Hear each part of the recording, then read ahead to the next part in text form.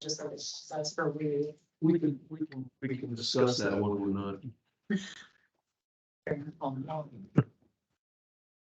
Right. Are you ready, Chris? Are you ready? Well, let's see that sign ups there. Okay.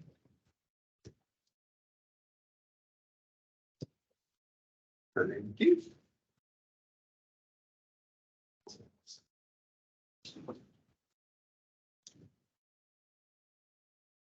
That will be really good.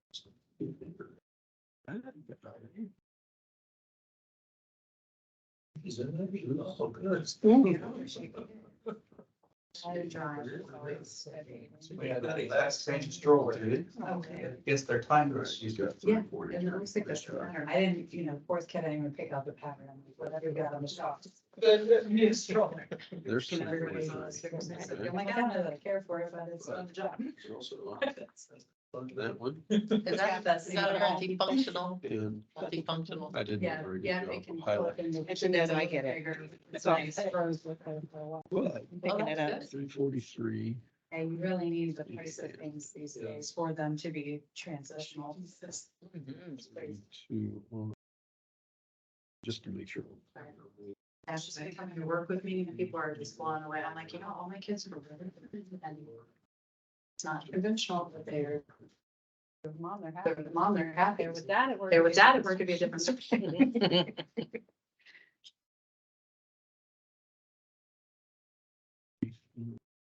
And based on response from the and board discussion.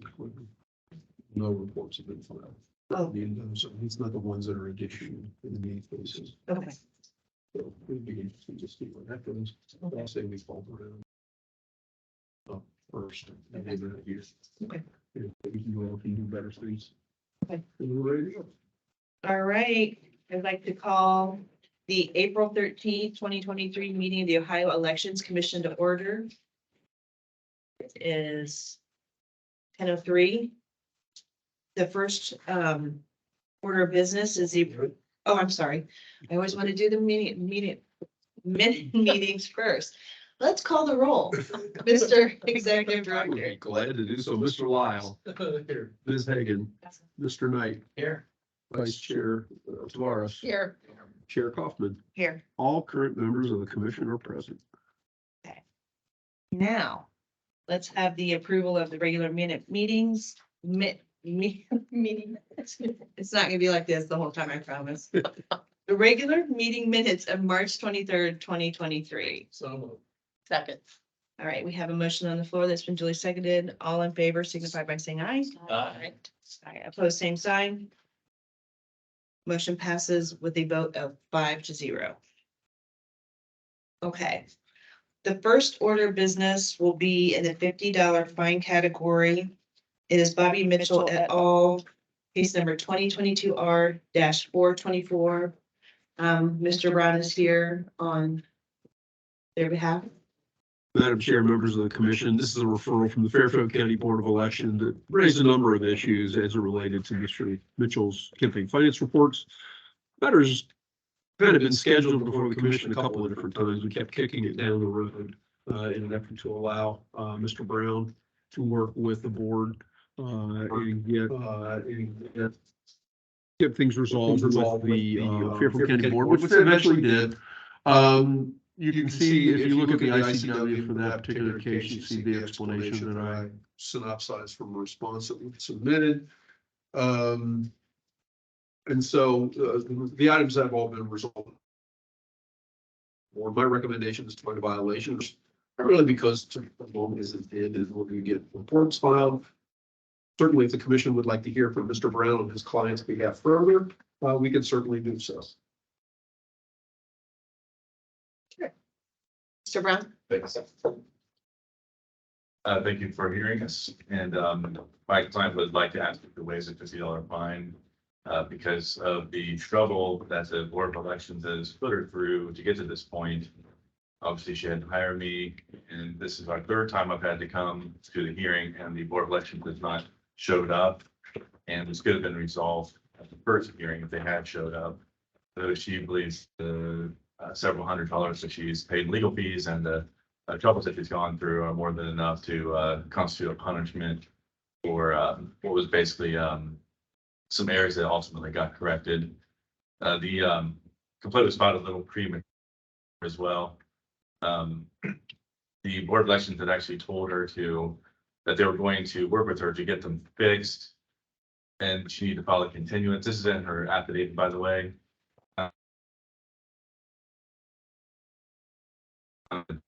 In the affidavit, it states and affirms that she merely neglected to write emails to request the extension. She had only discussed with the Board of Elections verbally, and that's what led to this complaint being filed to start with. The Board of Elections had actually agreed to work with her without a complaint.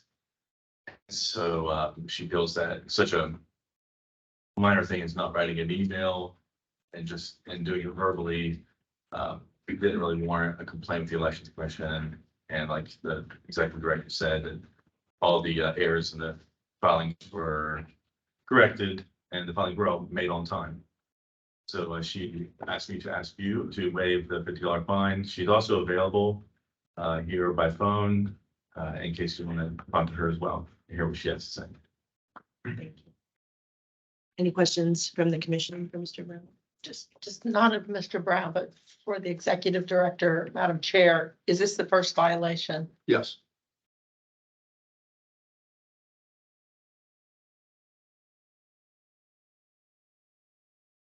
Any other questions or comments? I'd like to know why the executive director believes $50 fine is appropriate. I appreciate what Mr. Brown had to say, considering the length of time it took to work through these issues and my discussions with the staff of the Board of Elections, as it related to, what the efforts they undertook, in order to bring this thing to final resolution. Yes, it's the first time, and so certainly that factors into my decision as well. But it wasn't like the issues, were immediately responded to and dealt with. And so just because of how we normally deal with those kind of things, I just feel like a $50 fine is appropriate. So we didn't receive the referral until last May. Is that Correct. accurate? Yep. So it's been almost a year. Okay. Well, yeah, we had it originally scheduled, I think it was originally scheduled in. There's one in October and one in I November. think it was, then we kicked it once to, I think January, and that, and even through that period of time, things were still being resolved and filings were still being made and completed. And I think it finally.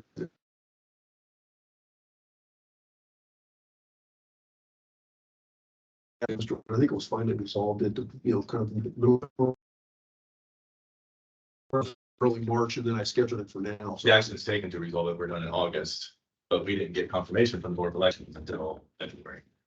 And when we talked to them in November, they said we have an election coming up. Can we delay our time to confirm this? And that's when we started delaying hearings. And so the actual actions to take it, though, to fix the mistakes were done in August.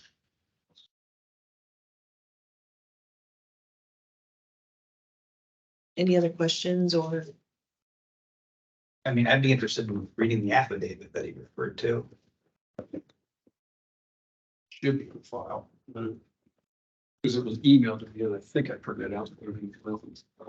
Missed that it was emailed out. No, it was emailed to me. I don't know how I can miss that here. My synopsis. I have it somewhere. I have it to email to them. Print it out.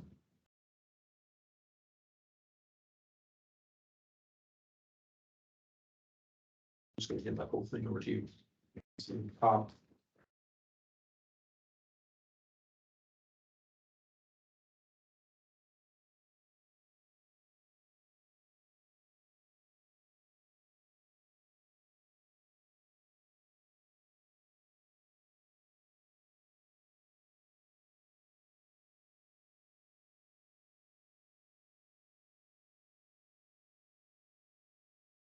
Anybody else want? Did you ask to see it first or no? No, but No. No, I'm not gonna. Okay, I'm fine here. that's all.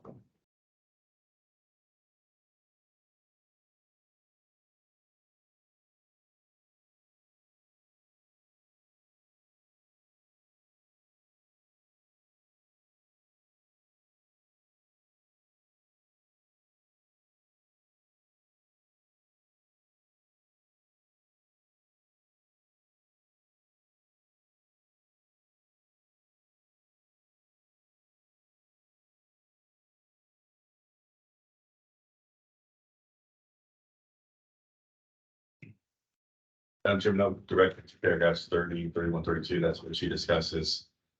The final stages of making the correction.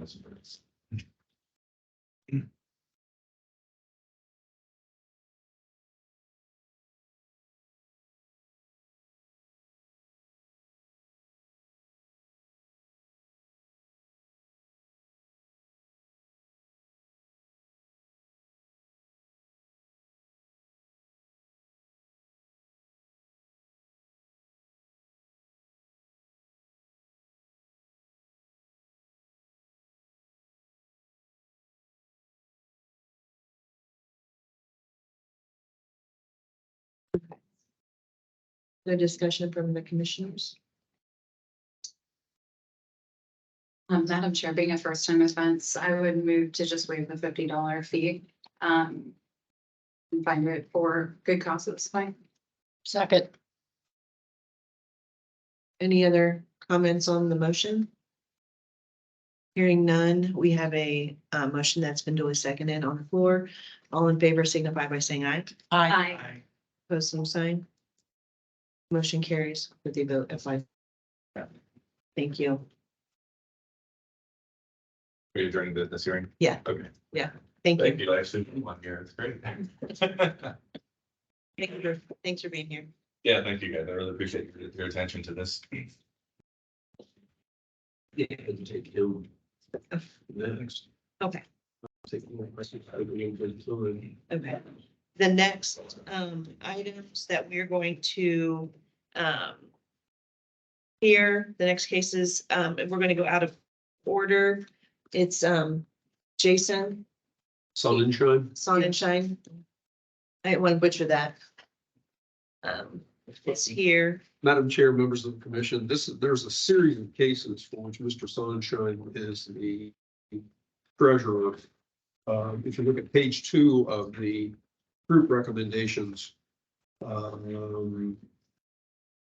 items number 16 and 28 under the heading of consolidating those cases, finding violation of fine of $25 per day with a reconsideration option of payment of $250. Item number 29, again, a consolidation of various cases for a violation, imposing a fine of 20,500 plus $25 per day with reconsideration option. And items number 15 and 27. Consolidate cases under violation, impose a fine of $80,000 plus $100 per day. The respective organizations, the Cuyahoga Libertarians, Liberate Ohio, and the Cleveland Conservative Network. All of those matters are ones for which Mr. Sonnenschein is listed as the treasurer. In contact that I had with County Board of Elections yesterday, none of the reports at issue were filed according to the board. And so that's the main reason for either the substantial fines or the daily fines that I am recommending. Presumably, Mr. Sonnenschein could be sworn to make a statement before the commission, and we can be prepared to go forward from there. Would you like to address the commission? Raise your right hand. Please swear upon and tell the truth, the whole truth, and nothing but so help you God. I do. Thank you.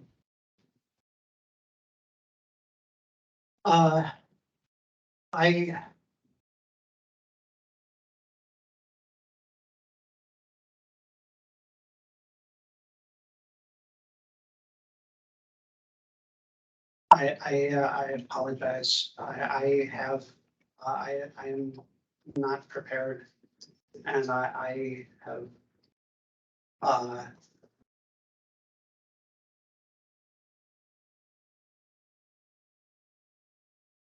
Take your time, Mr. Sonnenschein. It's okay. Just go ahead and address the commission, give an explanation of the circumstances from your perspective. That's all we're looking for. okay, No pressure. We're No. relatively informal. okay, well,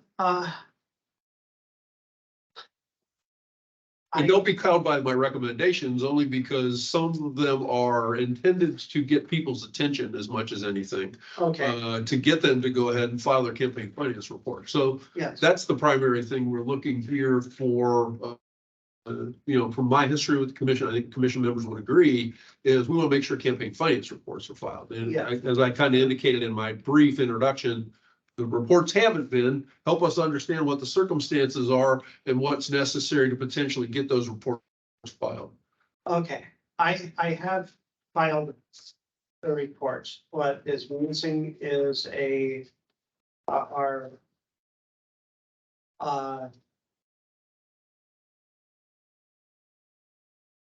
Minimums and amendments potential. yes, and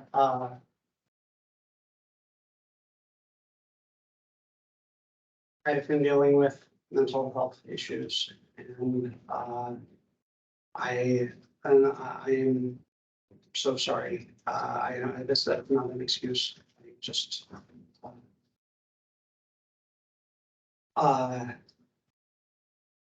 this has been a wake up call for me, and if I could get a continuance and so that and get the reports, get everything that is needed to be filed with the Board of Elections, I am.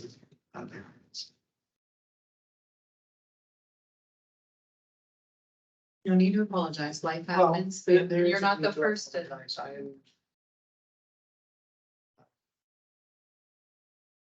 What I have done is not right, and I am so sorry. Do you see a time frame of when would you see a light at the end of the tunnel when you think that maybe they will be done, or when? Or is this a work in progress, or is it something that you don't have the knowledge to complete? I looked to, I am not sure, what I should be able to get everything filed by the semi-annual deadline, if that works for.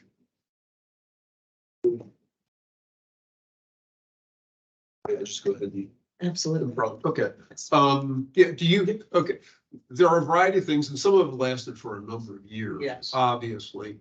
Do you have, let me look at it this way first off. Okay. About how much money is in each of the respective committees that you have? Cuyahoga Libertarians, I think is about 900. Liberate Ohio is under 200. And if I remember correctly, the Cleveland Conservative Network is about 600. Okay, so we're not talking, I mean, we're talking substantial money, but not really substantial money, Right. and so that I understand. Do you have all of the information? Do you feel like you have all the information necessary, that would be necessary to complete the various campaign finance reports? I need to get some of that from the bank. Okay. I mean, and if you need any assistance in getting that, if they're giving you any problem, we have an ability to issue subpoenas or requests for production of documents. And I've done that before in situations if a bank is giving you a hard time producing older records. So don't be afraid to ask for that if that becomes necessary. What's the nature of the conversations and contacts you've had with the staff of the Board of Elections? I have not been in conversation with the Board of Elections recently. Apparently there is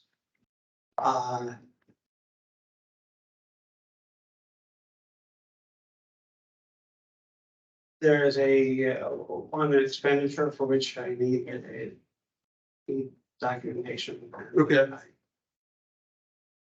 Have you not been able to get it, or, I mean, have you lost it? Is it non-existent? What's the status of something like that?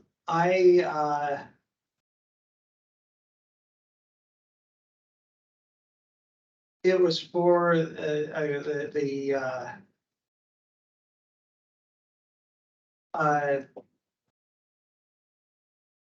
it was for the check printing, and it came directly from the account, and so I don't have a canceled check or receipt for it, but Yeah. I Okay, should be able to go.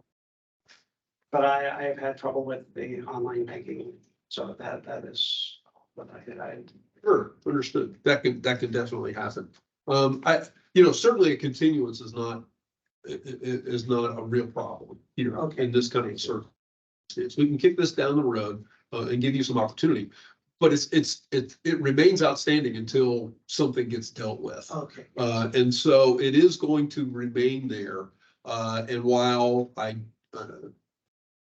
haven't looked that far ahead, and I don't know if you recognize any of these committees from doing data entry for Cuyahoga from various cases that we may have already received annual report referrals for the most recent year that would have been due at the end of January. Okay, We can kick all those in here as well, because mainly we want to make sure that campaign finance reports again are getting filed. yes, I would encourage you a couple of ways. One, be in touch with the staff at the County Board of Elections. The person that I regularly deal with is Rosemary Amato, who I know works very diligently to work with people such as yourself to get this done. She would not be the direct person that would be responsible for your campaign finance filings. I don't know if you know who that is. As I sit here, I don't know who that would be as well. But that person too, they have various people that are responsible for audit and campaign finance reports up there. That person as well would, I'm sure, more than willing be able to come and meet with you, go through and help you file your campaign finance reports. I know from talking to them in the past, they regularly do that in order to help people come into compliance. So don't be afraid to be in touch with the staff at the board to walk them through the process. Again, don't be afraid to reach out to me if you need additional information, a subpoena from this commission or a request from this commission to produce documents if a bank starts giving you a hard time in producing older records. That can happen. Banks, I think, will generally try and work with you, but that can certainly happen. I don't have any problem producing something like that as well, if it helps get this done and if it helps get reports filed. We can move this along to, late July, sometime in August, in an effort to try and move it to a point where you get an opportunity to complete all the reports that are outstanding, even bring yourself into compliance. Do you anticipate these ongoing, or are you anticipating potentially terminating these committees and, essentially quitting quitting the committees and moving on from that? I hope to do so, Okay, because you need to get to a zero balance yeah, in your committee. So you talked about how much money was there. Those kind of funds would need to be dispersed in some manner or form yes, to get to a zero balance. okay, That's something else that comes into play. But the first and most primary thing that I can encourage you to do is be in touch with the staff at the Cuyahoga County Board. Start working through that process with them. Then if you get all the filings taken care of and get yourself into compliance there, and even if there's problems outstanding where you can't come into full compliance, but you have filed certain reports, then you can come back to the commission, and we have in the past made declarations that treasurers such as yourself, committees that are in compliance with the statutes, that essentially kind of, for want of a better phrase, give you a clean slate and allow you to then move forward from there. And just at the last meeting, we had a group that was before the commission. It was out of Geauga. I think it was Geauga County, but one of the counties up there where they were out of balance. We declared them in compliance with the statutes and identified their new balance and allowed them to go forward from that point forward with a new balance. Okay. So we've done those kind of things in the past as well. So any of those kind of things is definitely workable. We can work through that. Now, considering the history of the various committees here, the likelihood that there's a fine is going to be a real possibility oh, yeah, as an end line here. right, But don't be obsessed about that, because we can work through that at the appropriate time. I would make a recommendation because you can come and appear and discuss further with them when the time comes, what that may be. We're not totally heartless here. You may have heard substantial amounts of money, but like I said, those are, as much as anything, those are in order to get people's attention, to hopefully get them to go file. okay, We regularly you know, when you get an opportunity to have a matter reconsidered, which was a part of my recommendation to the commission, that's an opportunity for someone such as yourself, bring your committee into compliance, come back before the commission and say, here's what, you know, here's the problems that I had, here were the challenges that I faced. And then, you know, I would make a recommendation based on that. And even further, as you heard this morning, I made a recommendation to the commission as to what I believe should be done with the case. And they made a further finding that didn't include a fine at all in the prior case, okay? They're the deciders, I'm a recommender, okay? Okay. And so, again, be in touch with the Board of Elections, work through them, get your filings taken care of. And my recommendation, I don't remember what I probably have it over, hold on a second. It wasn't 250, oh, I guess it'd be. Where's, no, that's 23B. My recommendation would be to move this, to continue this matter to our August 10th meeting. Do you think that's sufficient time for you to deal with all of this? Yes. So my recommendation now, Commission member, if you have any other questions, I'm certainly going to encourage you to ask them. If you have anything else to say, please do so. But Commission members, I would recommend that all the cases that we're addressing here, 2021 R343, 2022 R-045, 2021 R-344, 2022 R-026, and 2022 R-029, and any other cases that may not be on today's agenda, but may be pending regarding these committees, I will recommend that we continue them to the August 10th meeting. Thank you. Madam Chair, may I do something relatively unconventional? Would it be possible to raise the per diem rate in that time period until they have an opportunity to come into compliance? We have not, we have not, obviously, we haven't made a decision today to impose anything. And so that's, you know, that's not an issue essentially at this point, no. Okay, very good. I'm going to accept the recommendations of the executive director. Second. Any discussion? All right, we have a motion that's been duly seconded. All in favor signify by saying aye. Aye. Opposed, same sign. Motion carries with a vote of 5-0. Okay, There's nothing that can't be fixed. Okay. Nothing that can't be fixed. so you'll get notice, but these matters will go back before the commission. All set, basic tour, and Thanks. that is also the line for our office, so if you've got any questions. Thank you very much. Thank you for coming and appearing today. Thank you. Yep, thank you. Thanks. Matters have been continued. You'll get subsequent notice. We'll send out notice that these matters are going to be continued to that day. But in the interim, be in touch with the board and work through your issues with the board. I am sure they'll be, knowing the board staff, I am sure they'll be more than happy to work with you on this because they don't like dealing with sending down referrals in this kind of circumstance Right. any more than you like seeing them. Okay. Okay? Thank you very much. Thanks for coming down. Thank you. Safe journey. Thank you. Okay. So starting with group recommendations at this point. Yep, now we can go back to the groups and just work through the group recommendations. Okay. So the first case in the group recommendation is withdrawn by the Board of Elections. That is case number 2022 R-252. No further action is required for that. Once the board decides to withdraw a member from before the commission's consideration, it is withdrawn.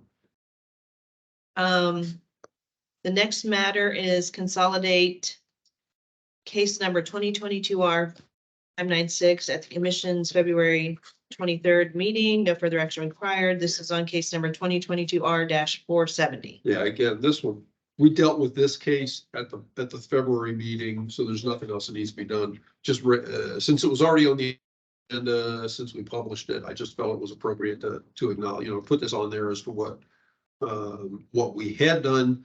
We can just acknowledge that and move on. Okay. The next is to dismiss the matter and declare the committee terminated in consultation with the Board of Elections and interested parties in the matter. That is case number 2022 R-221.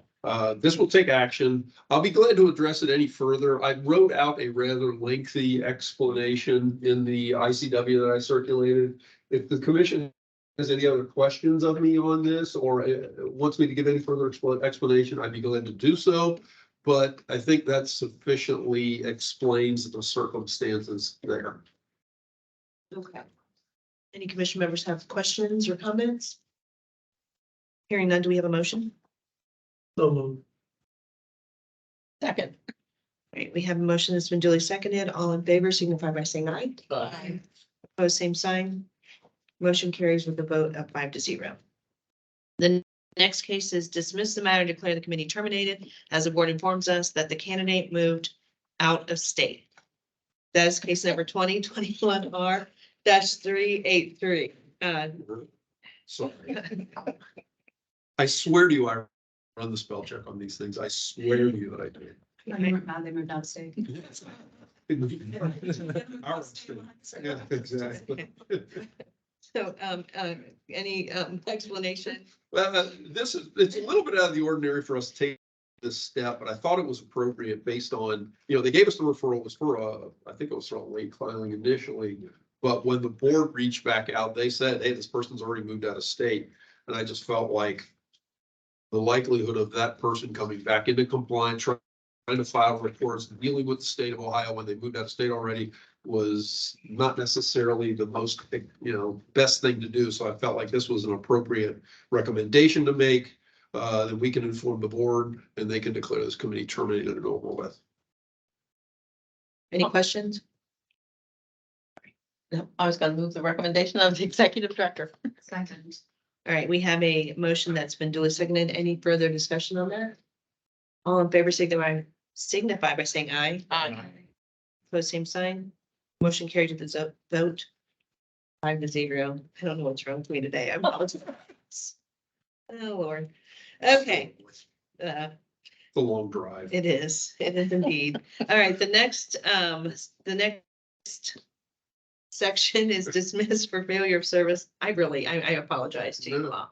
Okay, these are cases 2020R-326, 2020R-340, 2020R-342, 2020R-349, 2021R-072, 2021R-137, 2021R-154, 2021R-166, 2021R-199, 2021R-384, 2022R-073, 2022R-074, 2022R-151, 2022R-227, and 2022R-230.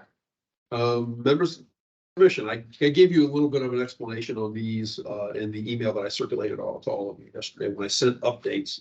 And this is a rather substantial number that I don't normally see, but after we've continued matters for a number of meetings, send out notices, and the notices consistently come back as undeliverable in some manner or form, I just feel like eventually we may as well just dismiss these, get them, essentially deal with them. And as I think I was talking with both Mr. Lyle and Ms. Kaufman in advance of the meeting, the likelihood is that these will, the committees will remain outstanding and we'll get subsequent referrals from the Board of Election. We'll get another bite at the apple to try and get in contact with these folks in the future. And it has actually worked. I don't know if I had any dismissals for Mr. Sonnenschein over past years. But with the number of cases that he had, I very well might have. And finally got in touch, we finally got through and got a notice to him, so he's here. So it can work in the future. I've also had conversations in the past primarily with the Cuyahoga board, where we've had a number of these kind of circumstances that have floated around for a while. Conversation, they asked us if I would recommend a termination of the committee so that they wouldn't have to further refer people that have been referred for 5 or 10 years, more than 5, 10, 15 years. And we've done that in the past. So I'll be glad to answer the questions you have, but that's kind of the history on these kind of matters. And if you look at the ICWs, you can see all the various times when we've not gotten service, either through certified or regular mail. Any questions? Hearing none, do we have a motion? I'll move the recommendation of the executive director. Second. We have a motion that's been duly seconded. Any further discussion? All in favor of the motion signify by saying aye. Aye. Opposed, same sign. Motion carries with a vote of 5-0. The next category is a good cause category. These are cases 2021 R-477, 2022 R-206, and 2022 R-224. Mr. Richter. These persons, these groups, while the cases have been continued, they did file their reports, and the reports were fairly timely. Or the explanations provided, I think primarily as in the case of 2022 R224, gave me enough emotional movement that I'm recommending that the matter be put up for good cause, violation, but for good cause. Okay, any questions? Hearing none, do we have a motion? Second. All right, any further questions on the motion? Hearing none, all in favor, signify by saying aye. Aye. Opposed, same sign. Motion carried, the vote of 5-0. Okay, the next category is a $50 fine category. That would be case number 2022 R-257. Mr. Richter. This is a matter where it's part of the updated ICW is, the report was filed a little over a year after it was supposed to be filed. It was filed just recently in April. Yeah, easy. I'm having the same problem. I'm right. I can't speak either. After initially submitting the petition, the candidate decided not to run for office. No funds were ever received or expended by the committee. Candidate also explained a number of serious health-related issues. This one almost could have gone to a good cause, but because it took a year for the report to be submitted, my recommendation is the imposition of fine and violation, imposition of $50 fine. If the commission wants to rethink that, I would certainly understand that. Any questions or comments? Second. We have a motion that's been duly seconded. Any further questions? All in favor signify by saying aye. Aye. Opposed, same sign. Motion carries the vote of 5-0. The next category is a $100 fine category. Do you want me to take them all in? one? Yeah, we can all as one. Essentially, these are cases where just to get. It's generally it's one of two things. The report. Yeah, I'll say take that one now. Okay. Once. I knew that, but I obviously didn't. I apologize. So when the time comes, we can go through, because you can see the updated recommendation. Oh. I had it as 100 because I wasn't sure if it was filed, but I just didn't use it. Or it was filed, but they also submitted a response. Anyway, and sorry, commission members. Anyway, generally speaking, these are matters where the report was filed, but no response was given to the commission, giving an explanation on which I could rely to make a recommendation, or they had a prior violation, have filed the report and did submit an explanation. But because they're back before the commission for the second time, my recommendation is $100 fine. And that is the case for all but item number 17, which I just pointed out to the chair, and I will address that case in a minute. So if you want to identify the other cases, then we can ask for a motion. Okay, these are cases 2021 R-308, 2021 R-379, 2021 R-396, 2022 R-043, 2022 R-069, 2022 R-213, and 2022 R-217. So any questions on those cases? I'll move the recommendation of the executive director. Second. We have a motion that's been duly seconded. No further questions, comments? All in favor signify by saying aye. Aye. Opposed, same sign. Motion carries with a vote of 5-0. I will then quickly go ahead. Item number 17, Tiger Pride Community Wide, case number 2021 R-350, should have been moved up to the $50 fine category because the report was filed, but it was late. and a response was submitted to the commission, and I forgot to leave it to the proper category. I apologize for that.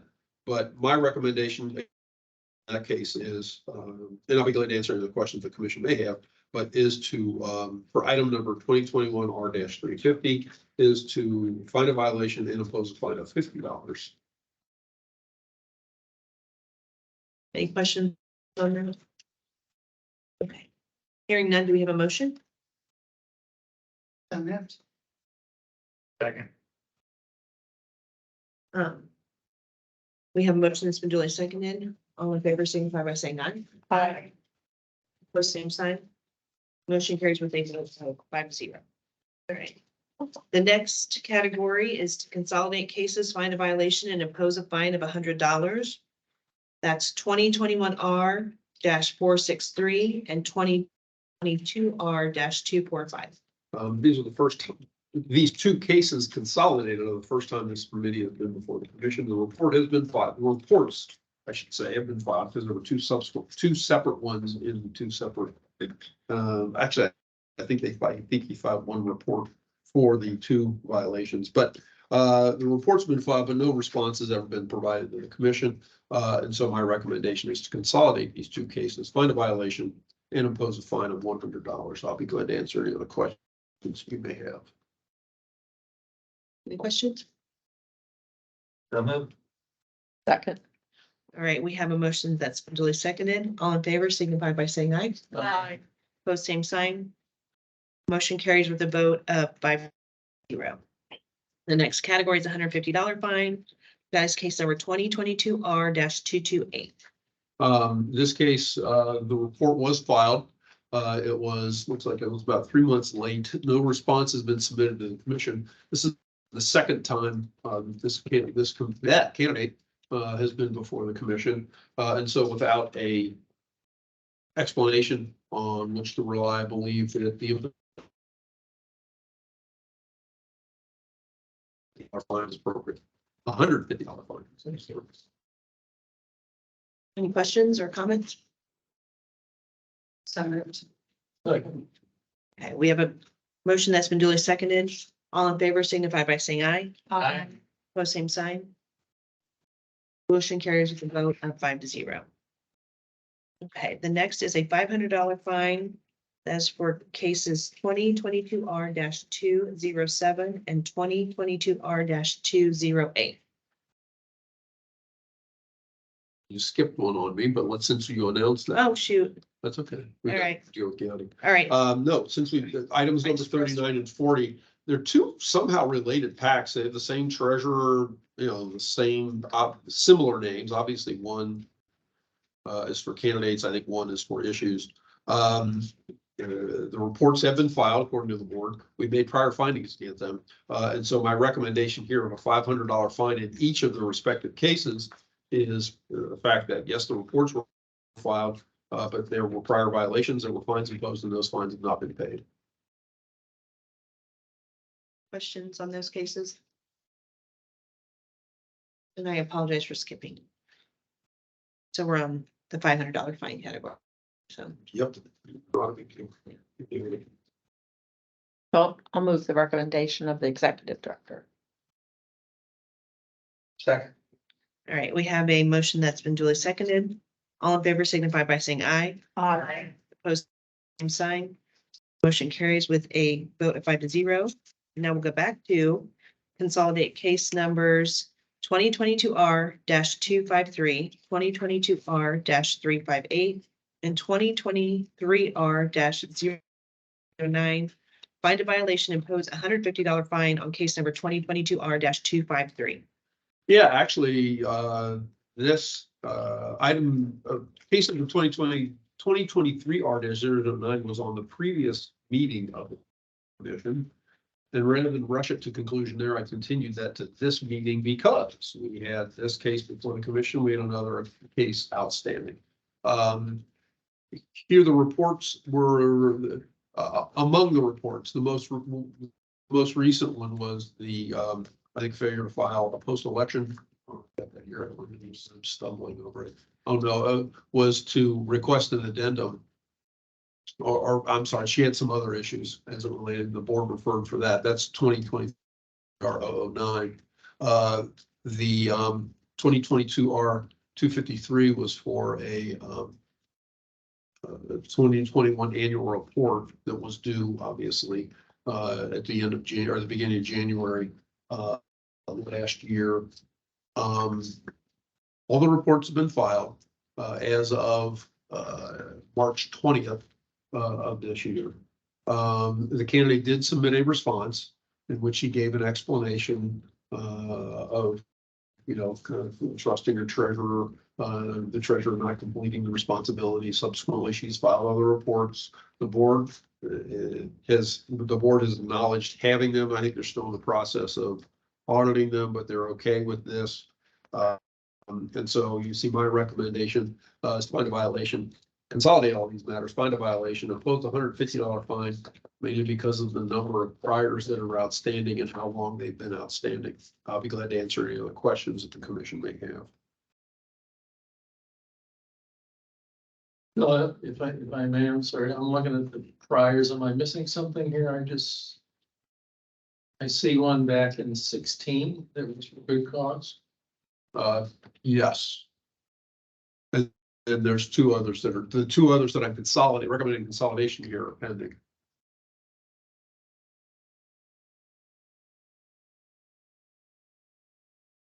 Certainly, if the commission believes that my recommendation of a fine is overly burdensome, I would understand that he wanted to go in a different direction. I guess my question is, why wouldn't it be $100? Maybe because I'm looking at 3 different cases the commission had outstanding. I don't know why I'm not seeing that. Go to the next sheet. There should be one more sheet after that. We're looking at the same one. We're looking at number 56. My apologies. I see. Okay. Okay, there are 3 cases. Okay, I'm with you. It's because you skipped a category and then came back to a category. Thank you. So you may have been still following in consecutive order. I was. Yeah, I think. Okay, I see him now. I'm I fine. think with Chris would appreciate the resolution of this matter. Yeah. that. Okay, How many times have you talked to this guy? That's a handful. Handful. Right. I like to move the chairman's recommendation based off of the nature of multiple cases being consolidated. I'll second that. We have a motion that's been duly seconded. All in favor signify by saying aye. Aye. Opposed, same sign. Motion carries with the vote of 5-0. Okay. The next category is a $25 a day with reconsideration option. Those are cases 2021 R-400 and 2022 R-242. Double checking here. I think these are both.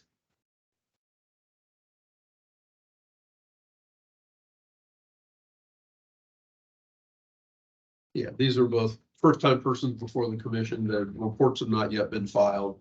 And so my recommendation is to find a violation and impose $5 per day. Giving them the option to have the matter reconsidered once they file their campaign finance reports. Move the recommendation of the executive director. Second. We have a motion that's been duly seconded. All in favor, by saying aye. Aye. Opposed, same sign. Motion carries with a vote of 5-0. Okay, the next case is consolidate cases, find a violation and impose a fine of $25 a day with reconsideration option. Cases are 2021 R-323 and 2022 R-075. Well, I'm recommending consolidating. There are obviously 2 cases outstanding, but this is the first time that this candidate has been before the commission. And so my recommendation on these consolidated cases is to find a violation and impose a fine of $25 per day and give the candidate the option to have the matter reconsidered once the reports are filed. Any questions? So moved. Second.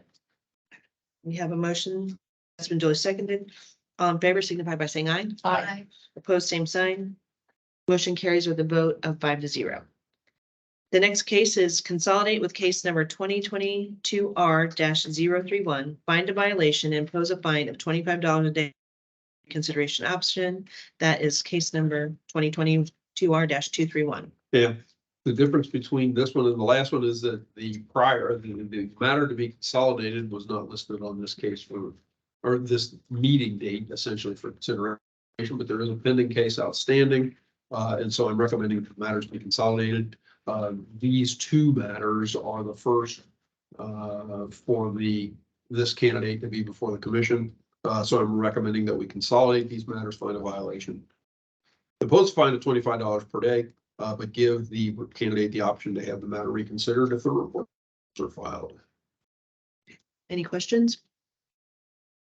Hearing none, do we have a motion? So moved. Second. All right. We have a motion that's been duly seconded. All in favor signify by saying aye. Aye. Opposed, same sign. Motion carries with a vote of 5-0. The next case is $25 a day with reconsideration option with payment of $250. That is case number 2022R-241. Based on the number of priors, the last finding by this commission in this particular, as it related to this particular candidate, was to impose a fine of $25 per day. Back again before the commission, so I'm recommending that we find a violation, impose a fine of $25 per day with reconsideration option with a payment of $250. Any questions or comments? Hearing none, do we have a motion? So moved. Second. Have a motion that's duly seconded. All in favor signify by saying aye. Aye. Opposed, same sign. Motion carries with a vote of 5-0.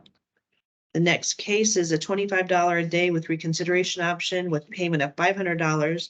Their cases 2022R-204 and 2022R-246. In both of these matters, prior fines have been imposed that have not been paid. Check these really quickly. The reports are still outstanding. And so I'm making the recommendation to find a violation, pose a per diem fine, ongoing fine of $25 per day, with giving them to have option to have the matter reconsidered with payment of $500. I will add the interesting note. Board's edification as it relates to item number 2022R-246. That Mr. Epps reached out to the commission and said, I want to submit a response. I haven't been able to respond. Can I submit a response? So I responded back to them and I said, yes, here's my email, please submit a response. But realized that the board's told me that this is happening yesterday. The board has indicated that you haven't filed your campaign finance reports. I'd encourage you to reach out to the Board of Elections. And so then he did respond. I haven't really synopsized it for you, but essentially apologized and, said he had a problem with the treasurer and the treasurer had other problems and he went on. But he never really talked about doing anything to file campaign finance reports. Didn't indicate that he said he was going to be in touch with the Board of Elections. And I talked with the board later in the day and they indicated that no, he had not been in touch with them and they still didn't have campaign finance reports. And he's got a prior case where we imposed a fine of $250 that has not been paid. So I'm making this recommendation and hopefully he gets his filings taken care of. Any questions or comments? Hearing none, do we have a motion? I'll move the recommendation of the executive director. Second. We have a motion that's been duly seconded. All in favor signify by saying aye. Aye. Opposed, same sign. Motion carries with a vote of 5-0. The next category is $43,700 plus $100 a day with reconsideration option. I spit that out. Pretty good. Yeah, 2022R-235, 2022R-251, 2022R-259, and 2022R-265. These all come down to the number of priors for which these committees have been referred. Reports have not yet been filed. That's been confirmed by the Board of Elections. And so my recommendation is to find a violation and impose the fine of $43,700, which is the number of days between when the annual report was due on January 31, 2022, until today's date. And then on into the future, $100 per day on into the future. But give them the opportunity to have the matter reconsidered if they file the campaign finance reports. So moved. Okay. All right, we have a motion that's been seconded. All in favor, signify by saying aye. Aye. Opposed, same sign. Motion carries with a vote of 5-0. The next group is continuations. I'll just read them into record. Yep. The first is continue upon request of the staff attorney, 2022 R-202. The next is continue upon request of respondent, 2021 R-017. The next three are continue for service, that is 2021 R-077, 2021 R-312, and 2021 R-380. So those are all continued. I will add a comment as it relates to the one that I'm recommending continuation. That case itself would have been good for review and resolution today, but we had a couple of prior matters that I didn't somehow reschedule previously from 2021. And so I've asked Chris to send out notice to put those on our late June meeting. So we'll have this case and the other two matters that are similar in nature. It was all for failing to file campaign finance reports that have now been filed. But we'll deal with those at the end of June. So that's all. Nothing further necessary there. Next category cases is a reconsideration. The first is reconsider the matter, vacate the previous imposition of the per diem fine and instead impose a fine of $100. That is case number 2022 R-481. Candidate. No. Weird. Candidate reached out, asked for reconsideration. The reports have now been filed. This particular case they filed in the beginning of February. Candidate states, which a number of candidates have said to me, they had less than $200 at issue. No additional reports were required. He understands that now to be incorrect. And so he's now filed the reports. This is his first time before the commission. And so my recommendation is to reconsider the matter, vacate the previous imposition of a per diem fine, and instead impose a fine of $100. Any questions or comments? Hearing none, do we have a motion? So moved. Okay. We have a motion that's been duly seconded. On favor, signify by saying aye. Aye. Opposed, same sign. Motion carries with a vote of 5-0.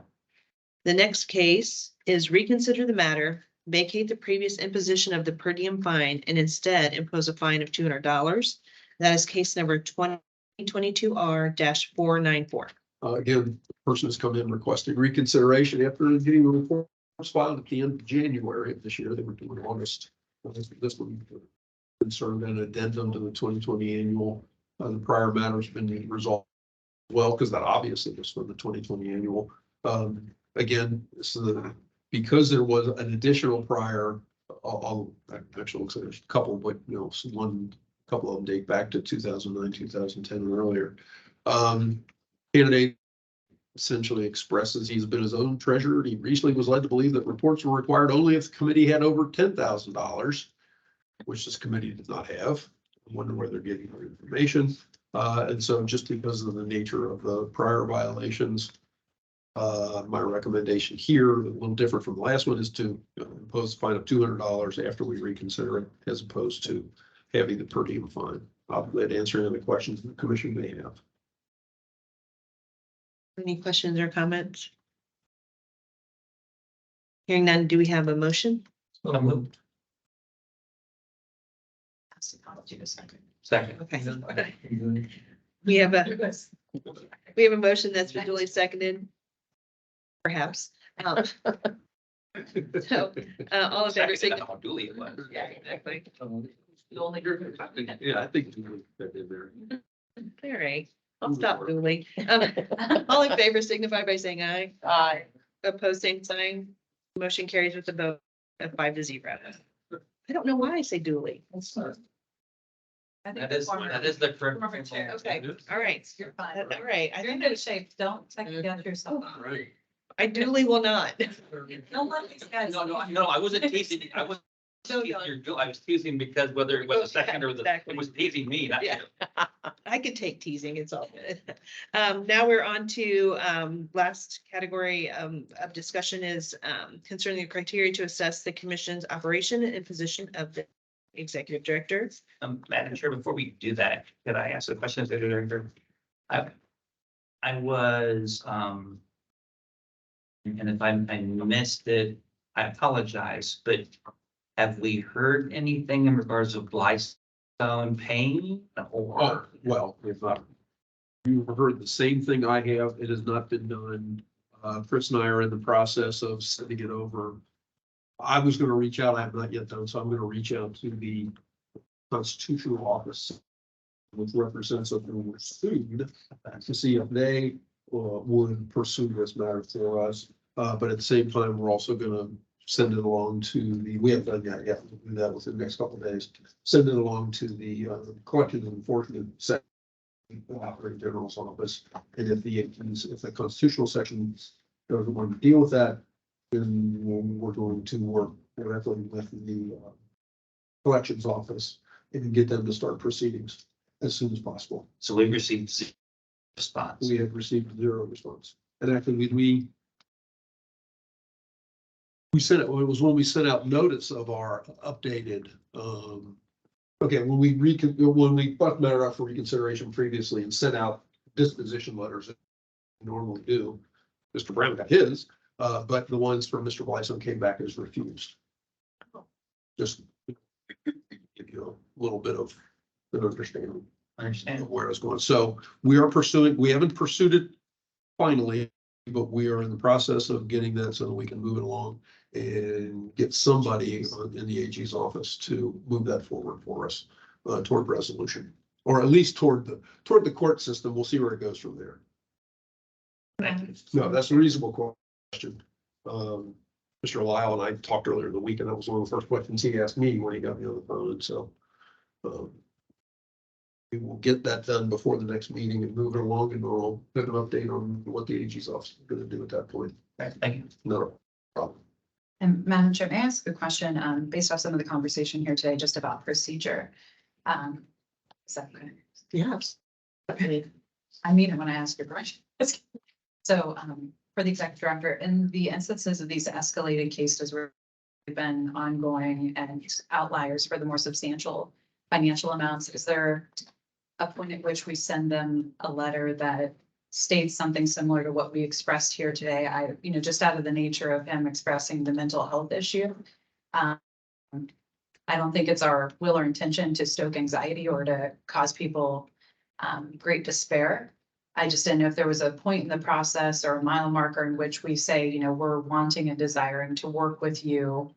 Because I think when people are seeing these numbers and they're escalating, it could be an unintended consequence that maybe we ought to consider some type of, phone call or reach out that would do what you've done here today to, I think, help mitigate that concern. So I think people see that large number and maybe not even the per diem, but just think, how could I ever handle that? I don't know if there's anything in place currently or if there's something that the board might consider recommending. Just a thought I had today in this conversation. I'm just gonna quickly say, through all the years I've been doing this, no, that's never been something we've done, but I think that's an excellent suggestion. I'm noting it, and so that's.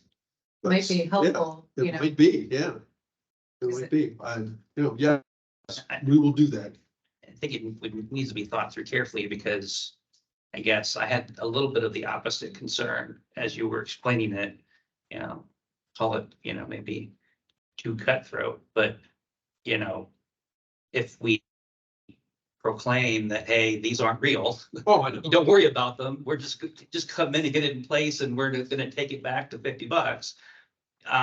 It defeats the intended purpose of getting them to move off the dime. So, I'm not suggesting that we should send people into mental health concerns over large numbers.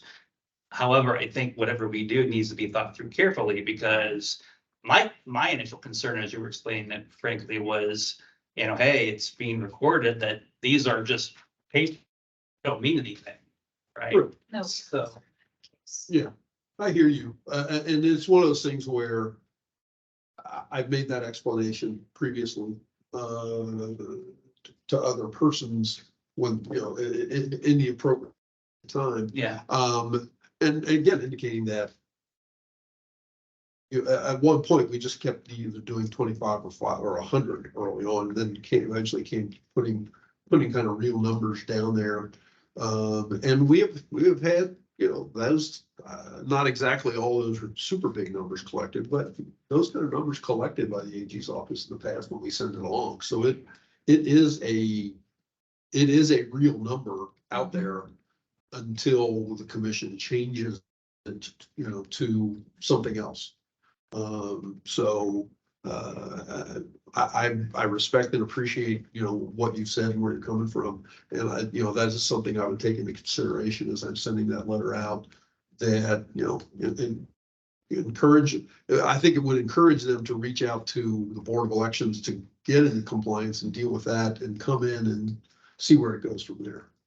I certainly wouldn't make any specific promises, let's put it that way. no, I agree with Ms. Hagan, right? Is that there's these like sort of balance between the two, Yeah, there right? is. Like, what is the You don't focal want point? Oh, yeah. consequence either Yeah. which way. Oh, yeah, no doubt about it, no doubt about it. We ultimately want compliance and Right. for the piece that comes with that for everyone. Yeah. Yes, exactly. Well, I think when you see those numbers, to your point, you become paralyzed with fear. Mhm. And I think that is the point that gentleman was at. And I don't think that any of us want that. I do think if there was a way to let people know that there is help. You wrote out, Chris, all of the different things that, the paths he needs to take. And I think even if there's something like that, then we can say, listen, this is these are the steps you need to take. Is that our job? And by our job, I mean, yeah, but can it help get people into compliance, which is our goal anyway? And as Mr. Richter said, there's still going to be a significant fine, but will it be, $100,000? Probably not, but at least we're getting people to complete the steps they need to take. So I think that's a great point, and And maybe just even reinforcing. I wish the boards of election would do a better job of sharing with candidates to take out petitions, et cetera, that they have a responsibility to identify someone as their treasurer that has the skill sets to do it. And that there's training for treasurers. Because, as a former candidate, there is no training. And so you want to make sure that both the candidate and the treasurer are trained on their responsibilities, and maybe even on our website to share that, our goal is to ensure that campaign finance laws are respected and adhered to. Our goal is compliance. And we have, steps or individuals that you can reach out to if you're having a problem. But I don't think we do a good job at that. I mean, Not the commission, I'm saying boards of election. sure. And, again, you need to talk with the staff of too, but having a section of our website developed, right, yeah, tools for Ohio candidates and treasurers, right, with content and links to boards of elections and things. It would be great to have, again, if we don't really have the bandwidth and resources to do all the things we might like to do, but, it would be great if we were deemed a center of excellence with resources that were easily and content that were easily accessible. But well, and then that would be an easy way to point them in the direction and say, if you go to this section of the website, this will give you the links. We can't do it for you, but at least we can provide you with some information that can help you down the line. So, Yeah, we do have links to the county boards. Yes. On the website, so, if someone comes to the website, they can cross-link to That's a all. board of elections. At least the website of the respective board we're talking about, and some of those, some of those are obviously better than others. Right. Don't want to criticize. But that's a good point. Do we have, and I don't want to put you on the spot, but do we have some boards of election that are forward thinking or a little further ahead on these kinds of things than others? Is there a best practice somewhere or a promising practice in this state or another state? I know they have conferences, and those are always opportunities to share what you're doing or, highlight some of those promising practices. But, the training is critical. And, I know some of our boards are very small staffed. The larger boards of election have, lots of staff. So maybe they've developed some kind of a module that can be shared with others, or maybe even the Secretary of State could provide some training for boards of election or to put on the website, the state website. Here are some modules for treasurers, for candidates. Here's who you go to when you're having a problem, getting your report in compliance, or maybe your bank is off by what you've got. And then if you've had multiple violations, maybe you should change treasurers. Yeah. Right. I think those are all valuable points, because I can't think of any person who's ever run for office who didn't think, hey, it'd be nice to have had a one-on-one on this, and you wouldn't want to make it mandatory because you wouldn't want to create any type of additional barrier to somebody who might be less financially positioned to run for office. Yeah, I've participated in at least one board, Union County here locally, as they have me come up, and they have a candidates, really, and anybody kind of session as it relates to both how you get on the ballot, et cetera. And then I'm going to talk about what the commission does in campaign finance filings. So there are some that are a bit more proactive than others, that you see, and some are more helpful. I think that I'll try to get out good information to the candidates. But again, I think you're right in terms of they have limited staffing as well. Obviously, they can only do so much. And then even at that, are you getting everybody's attention when you're handing out all those materials? There are any number of candidates, I'm sure that, well, I mean, how many times do we all see, and me in particular, see somebody, well, I thought I only had to file under this circumstances, or I thought I was told by somebody, and, who knows who that somebody is or where that somebody got their information, that certainly impacts, people filing reports. Common myths. Yes. Exactly. Thank you for taking my question. I think that's a reasonable thing. That's a reasonable thing to suggest. I will look into doing that. Madam Chair, may I request before we transition to the next subject, a short restroom break? Absolutely. How about we take 10 minutes, 5 minutes? 10 minutes? Sounds. Yeah, that's fine. 10 minutes. So Is that your change? it's 11:14. So if we all meet back at 11:24. How's that? Okay. We're in recess. Do we get to do that?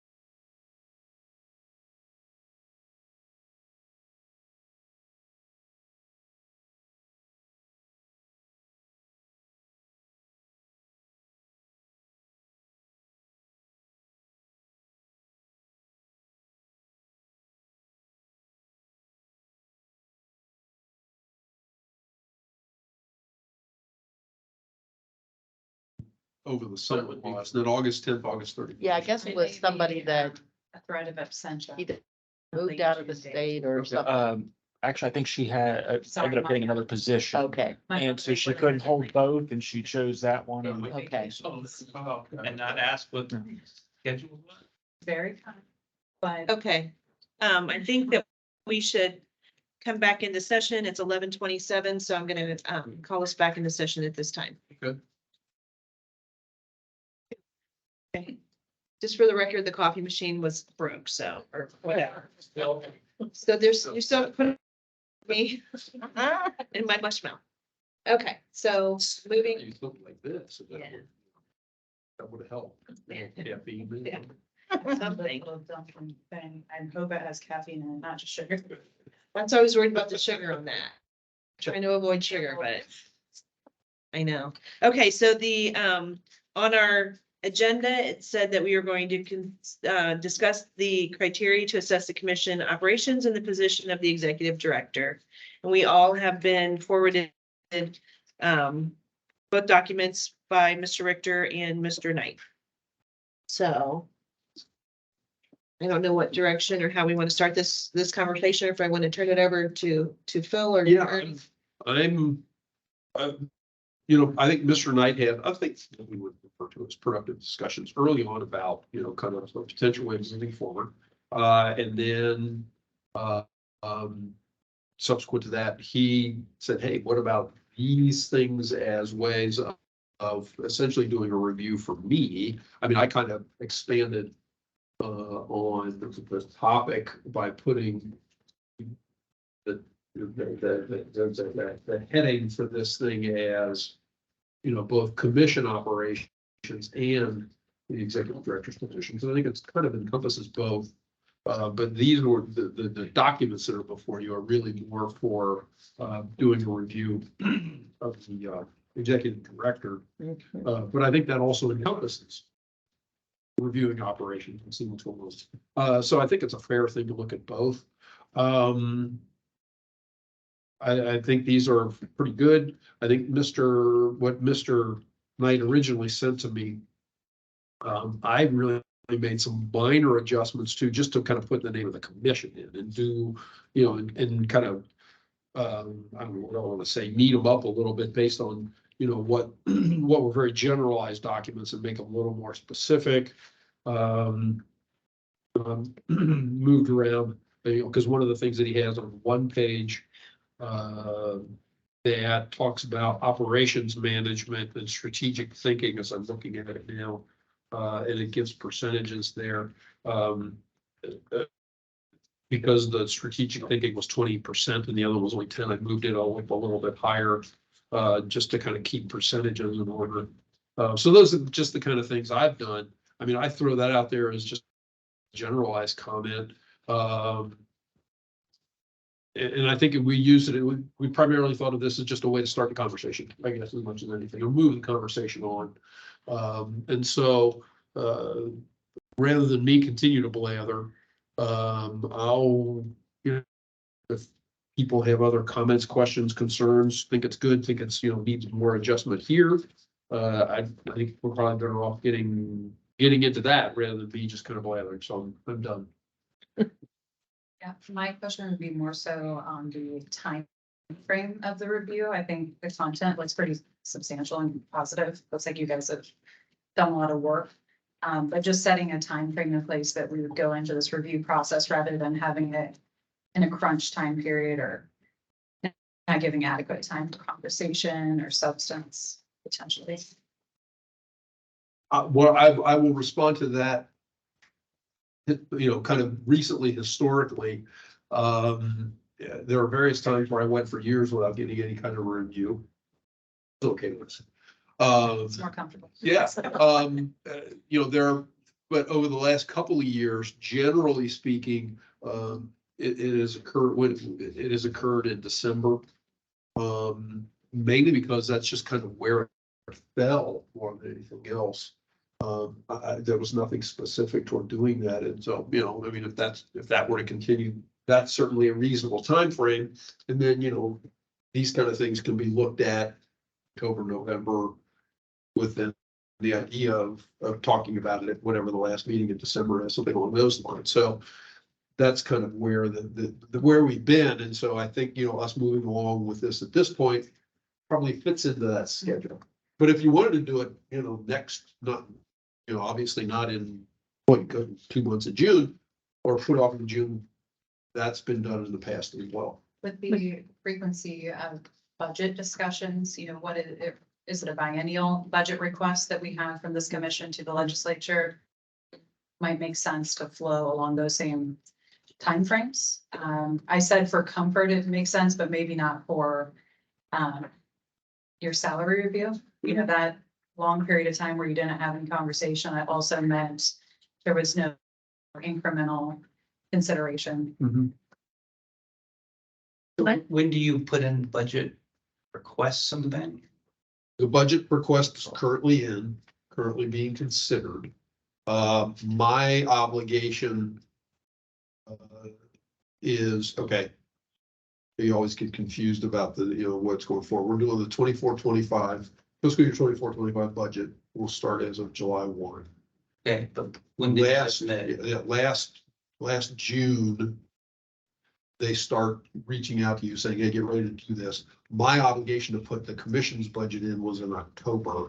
Okay, but you could in theory put in an allocation for a potential increase without, and you would have done that, right? You put that in without the commissioners having approved your increase. So you had to leave that within him. You submitted it. But you wouldn't necessarily got it allocated to him if it weren't approved by the commission, right? Would have been a Right. It just, salary budget. yeah, it just would have been an increase for the operations of the Right, commission. exactly. Okay, to be allocated. But without our approval and definition of that, Okay, it's just. so one's not tied to the other is what I'm getting at. No, it's not essentially. I'm just kind of looking at, okay, what, and I've said this before, I don't want to bore everybody to death, but this budget process was different than it's been over about the last 15 years. In terms of actually giving us at least a little bit of leeway to request something and not just be told what we're requesting. Now, after what I requested, they put in less than what I requested, which, that's OBS. It's what they can do. I'm not arguing about that. But previously it was here, here's your numbers essentially. And I'll be honest with you, I have no problem in the future. If it's going to be like this, I would have no problem discussing with commission members, what to do with the budget. But since about That's 2008, That's day to day. I wouldn't. I have not discussed budget with any of the commissions in the past 10 or 15 years. Only because OBM kind of came to me and said, Right. here's what you get. Deal with it, more or less. And I mean, I could have discussed with commissions all day long about what we should do. Maybe we could have tried to request more, et cetera, which I did at various times.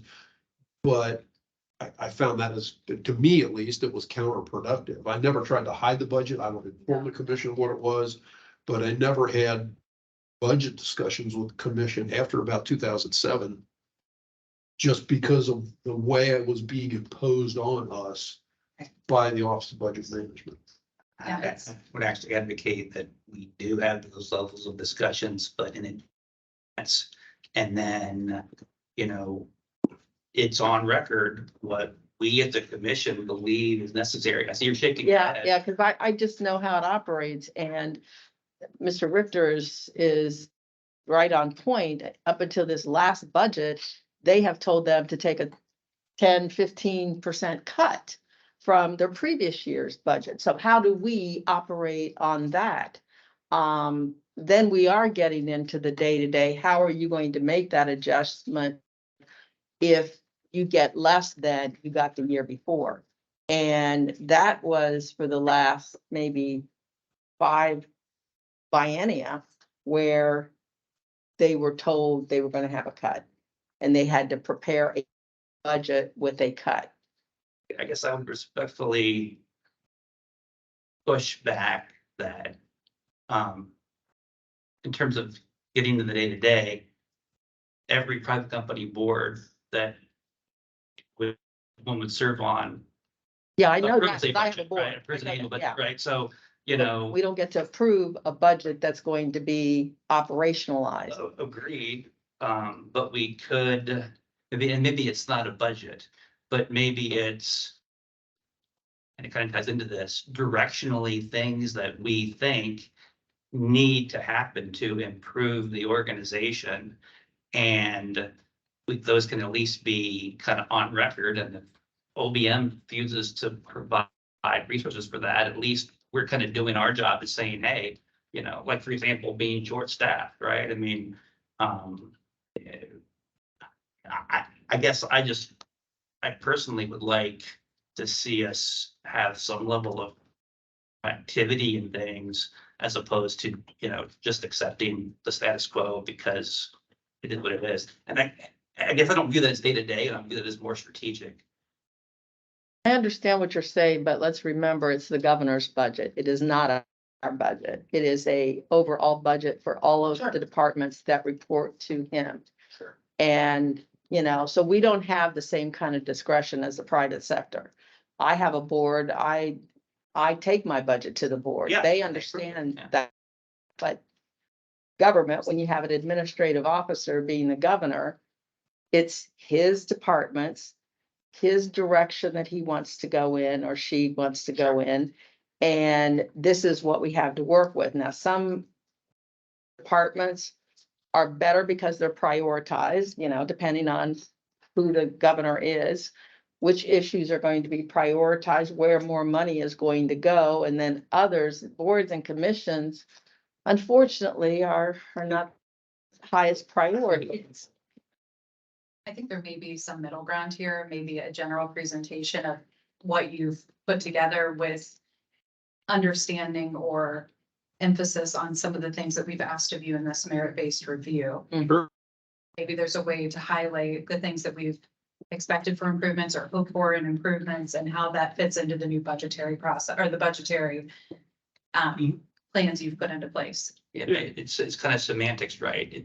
This will have to be a specific line item, budget pro forma, so much as a list of strategic priorities that we would like to request implementation of as a part of the budget cycle. And like I said, I have no problem discussing budget for, Yeah. presenting it and having it for you. I feel like I've never tried to hide it. Sure. But when you're being directed as to what your numbers are, There's not much local, like, you know, to me, it was just, yeah. I don't know if I want to say counterproductive, but it wasn't really informing anybody of much. And so that's why I got out of the habit of it, to be honest with you. Because over the first, about 10 years of the commission's operations, I could show you budget materials, I still have them, that I did internally, then you put into the system, and present it to OBM, and I would discuss it with commission members ahead of time. Yeah, But I agree, once- there's no reason to once have it that. hit it, it was just like- Yes, it was just like, okay, this is a kind of a waste of everybody's time. And I didn't want to waste anybody's time, having those kind of conversations when there was really, honestly, there was nothing you could do about it.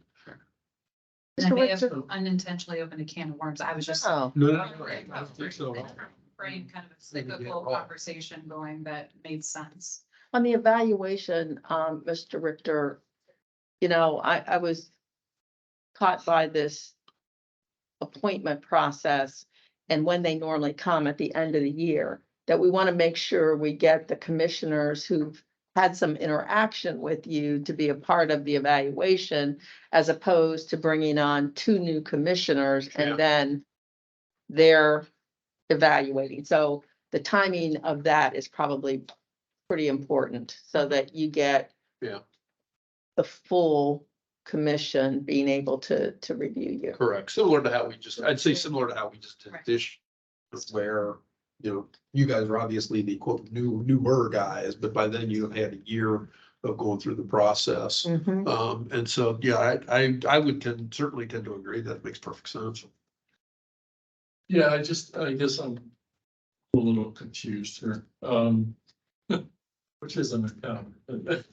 It's, it would help me, I think, if we actually would go through this form line by line, because it seems to me we're talking about two things here. We're talking one about improving operations.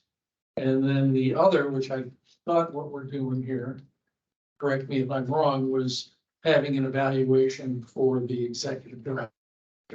And it seems like we're conflating. Yeah. I was just hoping to get a timeframe. for No, this. I Yeah, think your then we- question was right on. I agree with you. But it would help me, because I have a number of questions, so I've gone through this. And if you guys could actually go through the form. Sure. And explain it, it would probably cut down a lot of questions all of us have. Yeah, You know what I mean? And then we could get your sure. thought process. It would just be, I think, a little more focused if we can do that. I'll address that. That's okay. So the approach that, we took initially, I guess, I had a general perspective of what I thought fit. Did a web-based search through different sort of formats and whatnot. I didn't want to recreate the wheel, as my Excel skills and formatting skills verbal. So I needed to copy and paste and edit thing. So anyway, I found this general format that I thought fit, with the expectations below, statement above, so forth and so on, and putting ratings and all that kind of stuff. And I wanted to propose a format that has broad categories, within which you would have specific, it's kind of your traditional management by objectives, right? Here are the objectives that you set.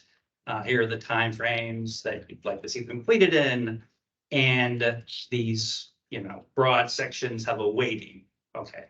So with that, I took a general stab at things that we had all discussed previously as priorities, pros, all that kind of stuff.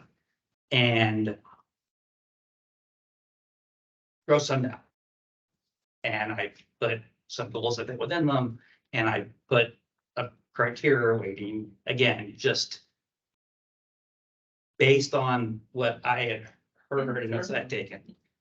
None of that is meant to be, the way, it's like quote the Mandalorian, or, definitive. It was just meant of, here's a starting point. So, yeah, interspersed here are some ideas around what we could evaluate, could use. None of them, some of them, rewrite them. This is just meant to be, here are some options and we can go any direction. But regarding the interspersal of the evaluation and the goals, so to speak, the objectives, to me, and again, just me, they are nearly one and the same, because as executive director, I see as primary responsibility as achieving the goals of the organization. So they have to be interconnected. So you have to have, what are the strategic priorities for the organization, whatever they be, and the executive director is going to get evaluated vis-a-vis the organization's priorities. That's different than a line employee who may have very specific items. The leader of organization's evaluation has to be primarily based on, how the organization does, at least in my perspective. So that's what you're seeing intertwined here. That's why there's, it has to be a combination of discussion on the strategic goals and executive evaluation is one and the same. So from my view, the process of both is kind of intertwined.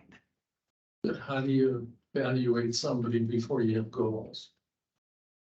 Well, we have to think of this discussion process, at least again, as I'm viewing it. We're going to be discussing and developing the goals that then feed the valuation. This is just one Okay. example, potential set that I pulled out. No, No, no, I got you. And I, you know, obviously what I did a living and familiar with the evaluation point sure, of employees.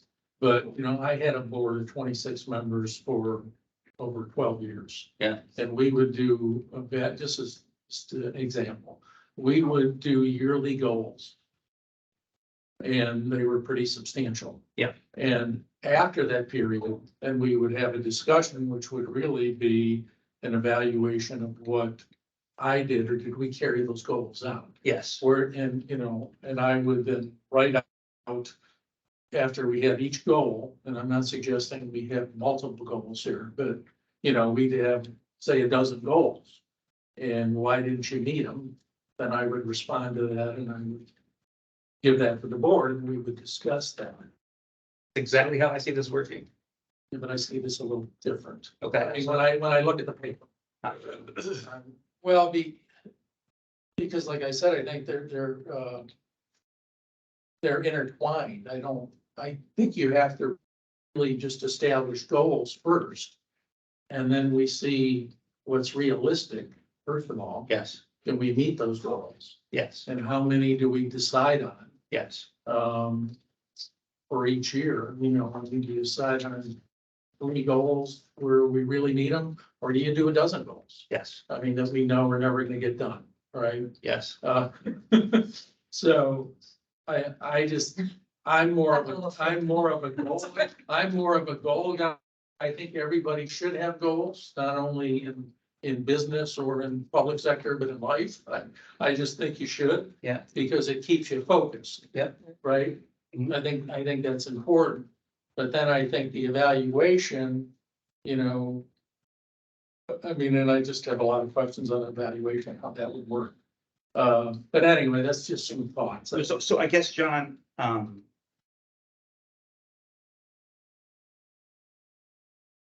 I 150% agree with everything that you said. I think the only disconnect here is I took a stab at potential goals. And that's what you're reading is my Okay. stab. at goals. Fair enough. Could get rid of all of them and start anew. They're just like I created some goals based on what we talked about for conversation. Yeah, so once we have, the way I see it is, once we have the goals, then we can populate the goals and the level of importance. It could be 1, could be 50. And the exact process that you described, to me, that's nirvana of how this should work, right? Kind of circling back to the timing, I would think actually we would need to be in January, we would get something from the executive director, just like you said, on what he has and has not achieved. Right. Because December, I mean, well, that's assuming a calendar year is a fiscal year. I mean, it needs to be based on the fiscal year, because you're time based on the goals on quarters. To a certain extent. We always did ours in spring, basically. Yeah, I mean, you Quarter. yeah, you can, yeah, do it based on when you want to pay out budgets. I mean, bonuses and stuff is how you drive it typically. But I mean, you described, the only difference is I just took a stab at some goals, Okay.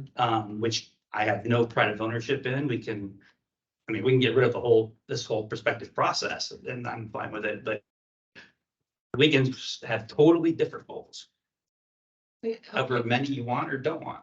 So here's my question.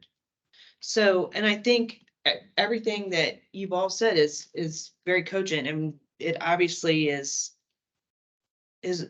our goal to make it more effective, more efficient, more, a process that is pretty seamless. I guess when I was reading on the operations management, that's 70%, reviews complaints filed with commission and makes recommendations. Obviously, that's something that he does, Bill does every time that we meet. And that's a very, I think, thorough process. I mean, there's always an explanation for everything. We can we have the, you know, the ICWs, we can see where those recommendations are coming from. When we say improve operational efficiency, defined as number of complaints addressed by the commission and hearings held by 10%. Where are we getting that data? Okay, so, And I understand. so I guess, you know, stepping back, I think when I wrote this, I just threw in improve operational efficiency. And we'll add it in how to define it. When I put in improve operational efficiency, I knew it had to be defined. And again, it was just a starting point for discussion. Bill threw in that, I mean, that's fine. Again, you have to have the data. So a big part of this is, I guess, you know, 80%, what are our strategic goals? And then 20%, it fulfills how we do the evaluation. So that, all these items, I mean, Like, for however you want to think about it. right, and no, and I think this is amazing. I think, I mean, you can tell it's well thought. It's, and I mean, well put together. I don't know, I've been a manager for years and years and I wouldn't have been able to do this, so just because it's, you know, I mean, it's not an easy process, if we're being honest, it really is not. No. But, so I appreciate everything you've done. I'm just wondering, how do we, and maybe this is just me, but how do we mine the data that we need to evaluate Bill on without imposing more work on him to get us that data? And then we've already acknowledged you're short-staffed as it is, and I'm like, I guess I'm looking for, and maybe this is like you said, Nirvana, maybe I'm looking for something that doesn't exist or can't exist, but how do we do this in a way that doesn't impose more, you know, cumbersome work on these two that maybe will take away from the things that we're trying to improve upon? Does that make sense at all? Absolutely. And I guess my response would be, you know, again, I just threw in a list of things. Right, We could determine that there's not bandwidth to do but one okay, or none, right? And that's part of the discussion with the team as well, like, you know, assuming a 40-hour work week of 2 people, you know, what of these or there's other things can be thrown out, right? Can you accomplish realistically? And then, you know, we factor that in vis-a-vis, right? You know, how important is it for us, as an example, to think about succession planning, right? Given the time frame. Well, if it's super important, think I'm just being hypothetical here, then we may have to something else out, or, you know, maybe we say, okay, we're not as timely with, we make operational efficiency of getting, you know, X number of cases done, everything less important, and they cut it back 30% to spend time on succession planning. gotcha. So you move things around based on priority, and I'm not saying any of that is what we should do. I'm just saying, you know, this isn't a one-time half an hour and we're out of here, checkbox discussion, right? This is you know, this is strategic planning for the year at its core. And it's figuring out what are our priorities, what is the bandwidth, and then filling that in. And I don't claim to know any of that. This was literally just No, my, but that makes sense. thoughts. That's exactly what I was wondering. So that, yeah, I mean, it's a like a living document at this point. It's still, yes. it's being, yeah, perfect. Yeah, Okay. this isn't like, you know, Ernie Knight and Phil Richter recommend this by, like, it's not even 5% that, right? It's like, this is meant to start the discussion. Or determine that, hey, this is just juice isn't worth the squeeze, and we're just gonna go back to the old time, and come December, we'll meet and vote again, right? That's a viable Right. alternative. Right. Now that makes sense. And that's what I wondered. And you know, because I mean, everything in here though, obviously, I think are things that need addressed or need at least for us to have a discussion around. So I respect and appreciate that. And this was a lot of work and thank you for that. And I think it is to start the conversation. So thank you. And please don't think that I'm being critical because I really don't know. I don't really know what I don't know. So Well, I don't take it as criticism at all, and I hope it don't come up as defensive, I'm not at all trying to. And you know, when I went through this, I knew that I can't see any way that all of this can be Right. doable, right? But I wanted to err on the side of putting more down than less, to give options for people. Plus, I assume there'll be options that you want to add, right? So I kind of went too much because I wanted to have a longer list of options than Right. this. So you can always cut things out. It's, yeah. No, I think that's great. I really do. And I know I didn't think you were defensive at all. I appreciate it. Ophelia, she had a different opinion on that. Madam Chair. Yeah, I just want to make sure that in the discussion that we include the executive director in agreeing, because it has to be a consensus of what those goals are Yes. for the year. So if we're discussing these goals for 2023, that Phil needs to take a long look at them and help us to identify which ones he thinks are achievable so that we can come to a consensus. Because that's the other thing that I know that those of us who are executives of our organizations, our boards, want consensus so that we're all working in the same direction for the organization. Absolutely. And then again, in the, down the road, ideally, the executive director would come to us, right, with what he believes should fill these out every year Mhm. and drive that discussion. That's not where we're at, Right. right? So, and that's not a criticism, it is what it is, but absolutely, this should be driven by management, not by the board. The board is a overseer.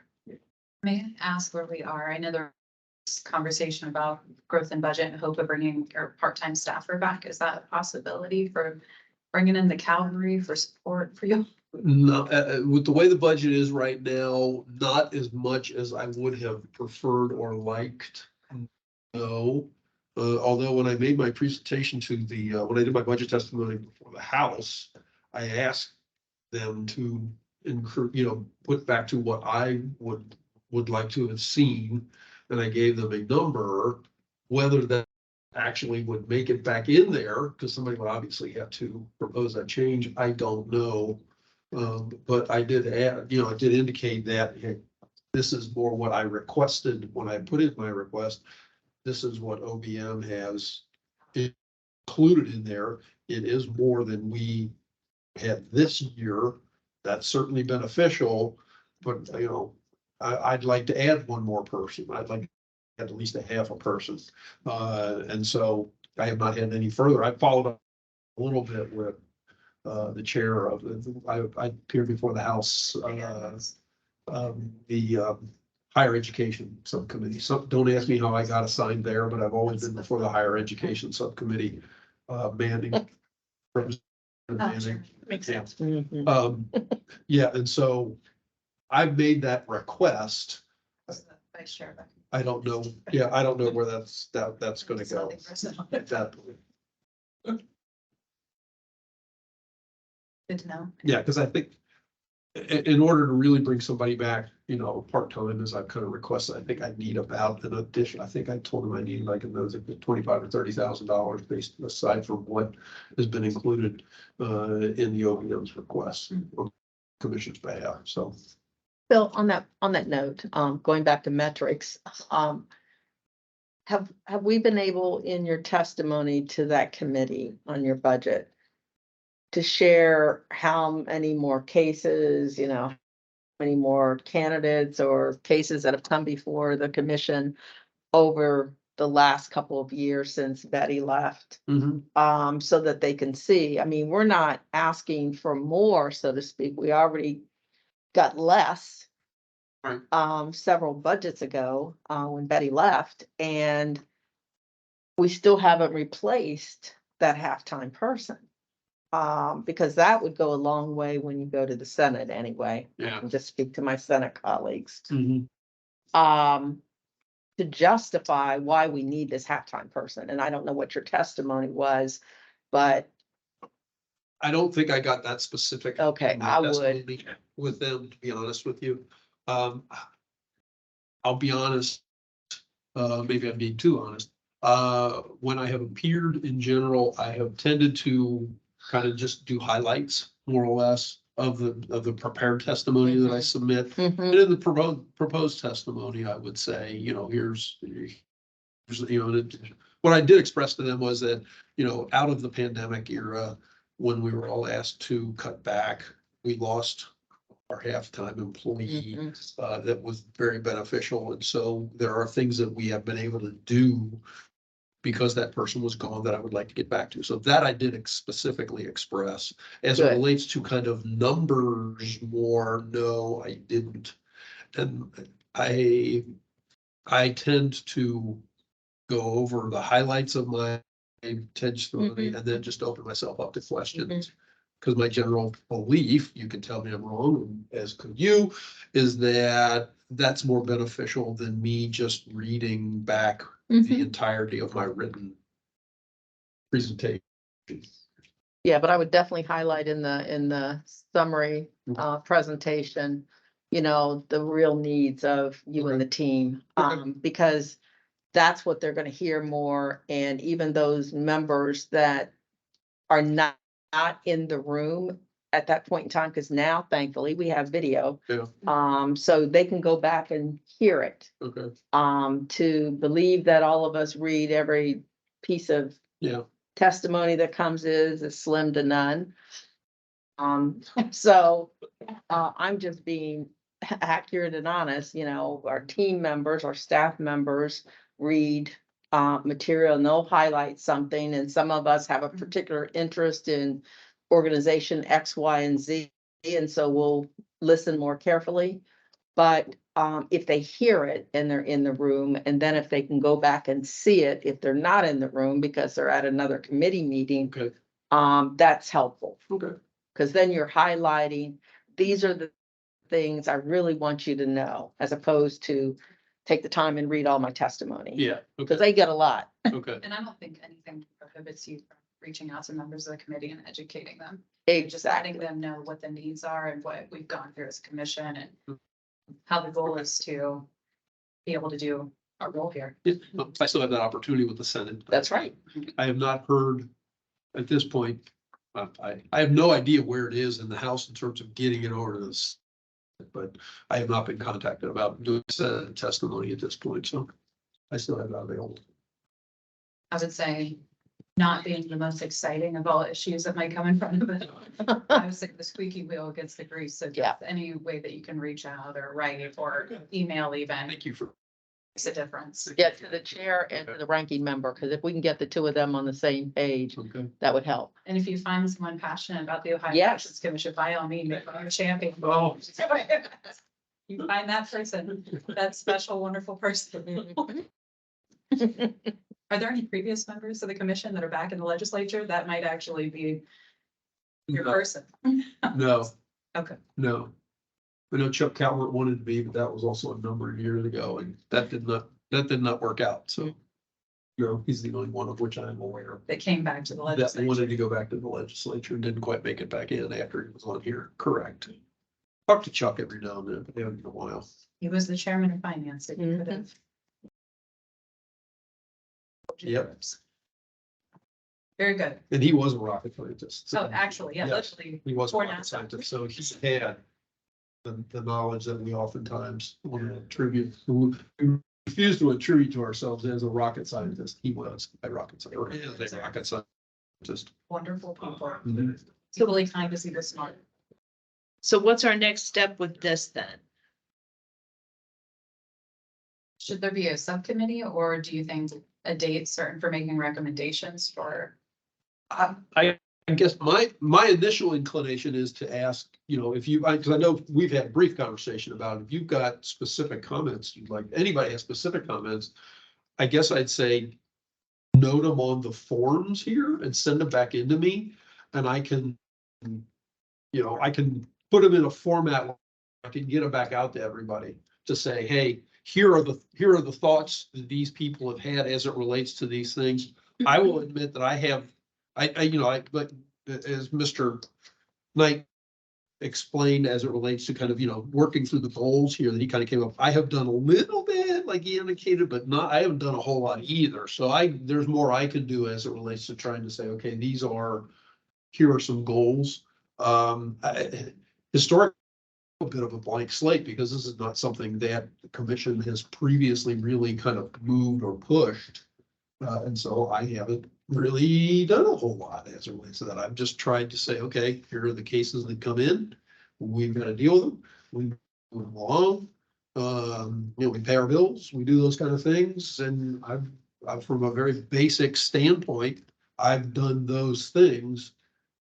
I don't want to say I totally haven't thought strategically, but that's been less of an interest, I guess, and less of a concern than it has just, cases come in, we gotta deal with them and move along to get that process going. So I will do more on trying to look at, potential goals and so forth and share that with everybody. But again, if you have comments and want to add things or concerns about certain aspects of this, I would encourage you to get that into me so that I can kind of accumulate other people's thoughts and then circulate it back out to everybody.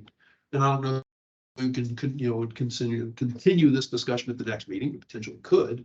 Probably wouldn't be a bad idea to try and just keep the process moving forward. I'll recirculate it to everybody and, it would be good to get everybody's thoughts out and put it into, what a format that everybody can look at, I think. I guess, I think that makes perfect sense. I think I should ask the question. I mean, are we in agreement that we want to go in a direction like this? I mean, we could just continue what we've historically done and come December, evaluate based off of, our sense of how things have gone just operationally and kind of move the status quo. I'm an advocate of this. I think particularly with the succession planning kinds of concerns that, we should start creating the base for, strategic sort of processes and planning. But I mean, I'm an opinion of one. If the group doesn't want to go this direction, we don't have to. So, that's why I was suggesting we went through the form, because for one, so when you talk about succession planning, that's probably a good hour discussion, I'm thinking, at least. There's multiple hours of discussion on this. No, I know there are. That's what I'm saying. So I'm, your comments for this is basically a starting point. Yeah. And I get that in strategic planning, which I don't know how many folks have done strategic planning, but it takes a long time. I mean, if you're gonna particularly do consensus, we need some flip charts, we need people, somebody who's gonna direct it, I think. We could do it internally, don't get me wrong, enough skill here, but, I mean, I'm just the succession planning. I don't know what that means exactly. I mean, I'm familiar, your world, I get it. Okay, you have companies and you have succession plans, 101 management, I get that, okay? In the public sector, I'm not aware of their, and like I told you, I used to have over 500 some contracts responsible for. I'm not familiar with succession planning in the public sector. I'm familiar with leadership development, which is a whole another area. Sure. But it's probably similar. So I don't know, like, when you say this, I don't know what vein you're looking at. And then the question is, the most important question is, can we even do that given the way the situation is here with one person? Well, and you see what I'm saying? And part of it is, right, is do we think going forward, it's still one job or two, right? And then that goes back to the Budget. Christina's. Yeah, and so, Previous questions on that. and I don't think we want to get into, again, succession planning is just one thing that we as a group have talked about. I'm not particularly, have a strong view on any specifics, but that's something that has consistently been brought up. So I included it. No, I get it. But what I'm saying is I need to know what it is before I can make decisions on it. Yeah. I think the emphasis on it was much more elementary, not so much identify the success or mentor them, grow them into the space, so much as have a one process. guide for how this job is done. Like if Yeah. Phil left the country in didn't come back. Yeah. He decided he had enough of this. Or He would or want he was ill. somebody to be able to step into that role for some framework. Yeah. I'm thinking a bit more of if somebody came in tomorrow, what would they do but throw their hands up the wall and Chris, please God.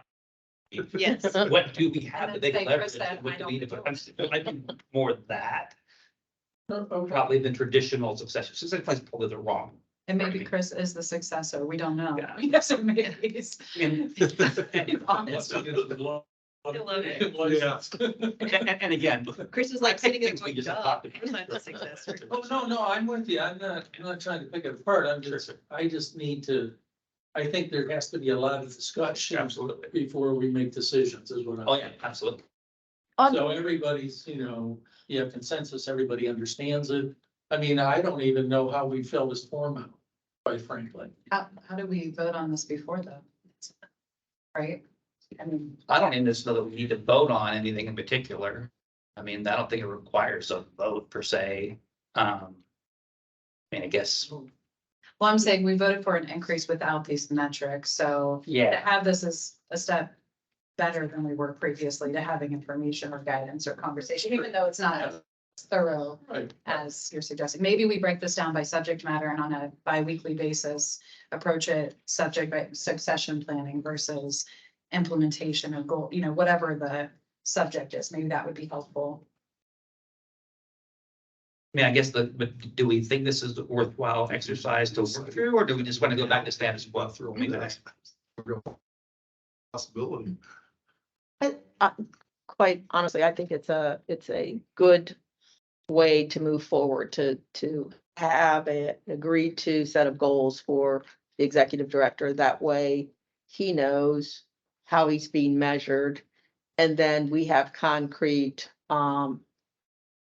goals, metrics, whatever, to measure. So you're not feeling as though you're doing it because, you like Phil and you believe he needs an increase, but then what are you backing it up with? It's more objective. And so I think, going down this road makes sense, but it also makes sense for the commission itself, Mhm. not for a particular person. And then Phil, my only question is, are we the appointing authority? I mean, because we've never had another No, executive director. no, that was another part of the conversation I had with Mr. Lyle, Great question. is that as I will somewhat brusquely tell friends, as long as I keep 4 of you happy, I get to keep my job, because the statute says it takes 4 persons to remove the staff attorney from the office. So I guess, at least, generally speaking, I've been able to do that over the years. But, I was hired by the original 6 members, because at that point there was no independent member. Mhm. The original 6 members of the commission. If you look, and it's all in, and I can send that back out to everybody if you want to see it, 3517-152, the establishment stuff in the commission. The commission has the ability to hire as staff attorney and whatever other administrative staff that it requires or desires, however you want to phrase it. And so that's in the statute. And so, Mr. Lyle expressed concerns about, how a subsequent successor would be identified and so forth, and, who knows exactly what it is. But the statutes provide this commission with the ability to hire the staff attorney and whatever other administrative staff it believes appropriate. I don't know how many other, I don't know if that's the way all the other boards or any other boards are set up that way. But, and certainly, you could take direction from whatever sources you believe are appropriate to take from in terms of when it comes time to, probably replace me. But the final decision is the commission's decision. It's So we not have to be the, prepared in that sense. yeah, I mean, and so it's not like, the decision, a decision may come from on high somewhere and say, this is it, unless you know, unless the commission concurs with that determination. And I guess on that note, Phil, you know, I definitely see a need for a process for the session. So whatever commission is seated.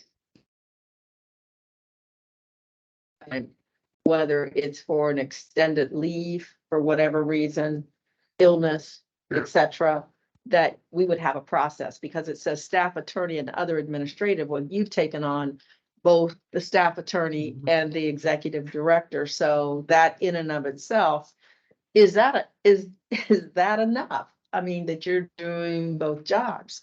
And then one other person. So, you know, just looking down the road, I think it's incumbent upon us to at least have a process. So, you know, Phil should say tomorrow, see ya. I want to stay in Hawaii. The Mega Millions up to 450 million, you might have Get a ticket. Oh, is it really? I have to double check. on You it. always know the statistics of that. I always think, man, I should know that more. Yeah. Awesome. Yeah, that's right. And I think part of that came down to, you know, personally, what I was doing before I took this job was I was acting as the administrator for the commission. Because, and then the Attorney General's office provided legal counsel. And then when it became an independent agency, the whole reason why they did that was to separate out those processes. And so between, you know, what I had been doing and stepping into that staff attorney role was just kind of combining the two. Also, the amount of money that they gave to the commission for the first, you know, for the initial budget process for this, because it was a half year and then followed by a whole year. And that's where the budget was, you know, and so it wasn't a matter of, okay, yeah, you have a director and a staff attorney. It was necessitated to essentially combine those roles. So, and that's what I was essentially doing anyway. It was more me picking up the legal aspect of it than it was anything else. And so that's kind of, I rolled into the role and then it's just kind of stayed that way through all these years. Scheduled certain time in this room. Somebody was looking at, I don't know if they were. Yeah, this is the second time somebody's coming in here. Yeah. Commission was setting it. Oh, okay. You know, we've got all day.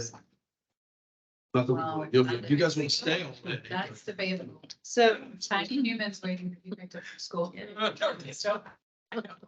so the recommendation at this point is that everyone make notes or ask questions and get them submitted to Phil, and then he will kind of make a concise sheet of what everyone's comments and questions are, and then get them sent out to us before the April 27th meeting. That's what that works for me, at least that if it works for everybody. And I'll throw in, right, I mean, obviously,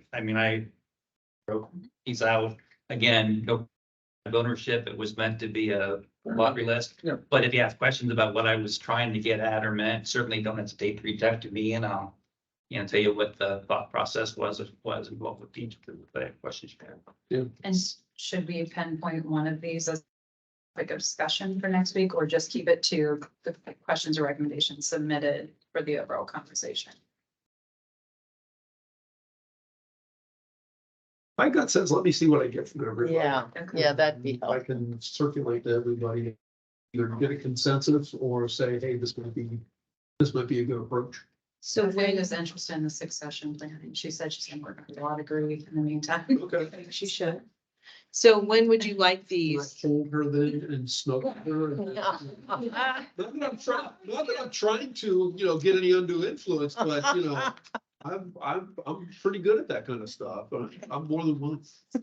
So is there a date that we would like to get this to you so that you can have time to kind of put it all together and send it back to us? Is there a date that will, like, so we're on the 13th. So. You know, Next week. So the what I will be 21st doing is obviously is, you know, I will like try to get, you know, materials for the meeting out to you guys next Thursday, as I normally do. I did this time, but we'll, you know, try and get that out either Thursday or early Friday. I mean, that's one possibility, or, you know, it's something where, considering the topic. I mean, certainly if I send it back out to you as like a with updates last night, that's not a whole lot of time to review it. I wouldn't suggest that. But maybe even Monday or Tuesday of the following week be possible, but you know, that's the schedule I'm looking at would be So you'd like late to- next week. You'd like to have them by the 20th so that you can get them out by the 24th or 25th? Or even earlier than that, if I get them by the 20th, yeah, Is that okay? that works for me, if that works for everybody else. 20th is the 30th. Yeah, so South Carolina will hear. That mine already is, so I. Come on, easy straight, John. I told you initially I didn't want homework. You got homework. I like Christina's idea better, but we just take one topic and discuss it after the meeting. It's just my thought. Well, And not submitting, The not reason submitting I- questions I'm or up for comments. anything. Well, the reason I'm saying that is because when you have discussions like that, in my opinion, a lot of the questions you may have then become answered.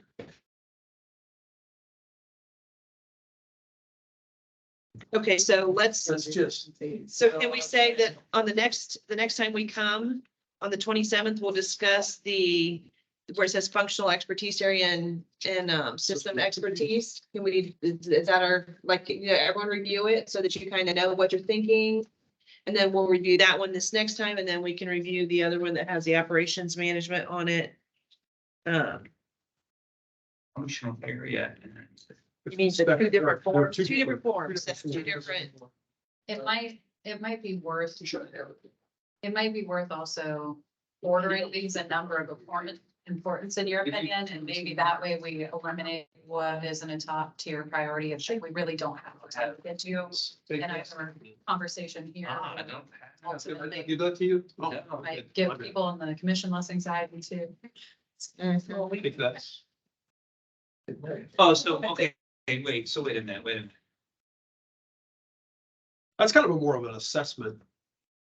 Yeah, document, I yeah, guess. so So it'd probably be these subjects we do. yeah, I would think you'd want to go off with these subjects. Because this is The This is- organizational management's yeah, operations Okay, yeah. management, because the other one is the laundry list with Right. everything, not the template, right? Yeah. That is just a copy and paste. Now, maybe use that as, okay, Ernie and Phil, you didn't put in engagement at all, and you should have, and you maybe that's part of your comments. But if we're going through this whole template, we're gonna be here for all year. It's gonna be like 12 I don't have discussions. time for that, no, I'm just kidding. No, Like, so it- yeah. So the So- one that says operations Operations management. management is- so everyone review that and kind of, and then if you wanna, I guess, to your point, Ernie, if you wanna review the other one and see where it fits in and where you can plug those things in. So I did hear, sorry. Well, if we're reviewing this and kind of making notes, which it looks like John's got copious notes and I admire that very much. Yeah, and then, I mean, look at look at the other one and see maybe where, to Ernie's point, you want to plug them in over here on there. So, but this will be our main focus of discussion when we meet next time. But one of those subjects, right? Operations. Yes. Operations management, Operations. yes, But do look at the other one and see if there are other things you want to plug into that. plug in Yeah, somewhere, but, Yeah, okay. But send me anytime, if you have comments on other stuff too, send whatever, and I will, accumulate on behalf of everybody and be prepared to pass it along and also identify who's questioning, where the question's coming from as best I can. Commissioner Lyle, Everybody can get an idea. kibosh that, said, let's just talk. So we're trying to save you We're some, trying to solve you. Just throw that out So there. we we appreciate it. have our CWs on Thursday. Yeah, You get that. You'll get that too. okay, so is there anything else that we need to discuss? So just to be clear, Madam Chair. We're doing the operations piece, right? Correct. Yes. Yes, on the 27th.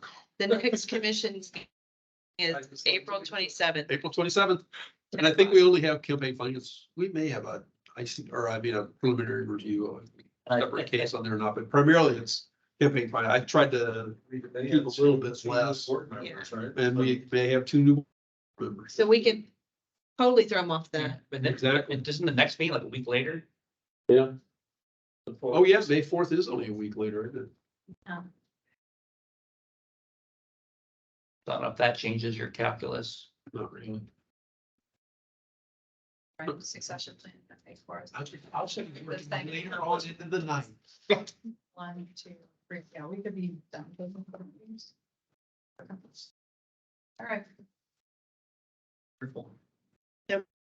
so that'll shoot it. that's what I'm asking. I don't wanna, That's no questions. All right, is there a motion to adjourn? Oh, you I do? preemptively. Hands up. Yeah. She's official, but. Is there a second to the motion? to adjourn? Second. We have a motion that's been duly seconded. All in favor, please signify by saying aye. Put our hand down. Opposed, same sign. Meeting adjourned. I'll give Thank you. this one, but know who the real person was, who seconded that. Her hand was up, clearly. I'm ready to get out of here. Yeah. Yep.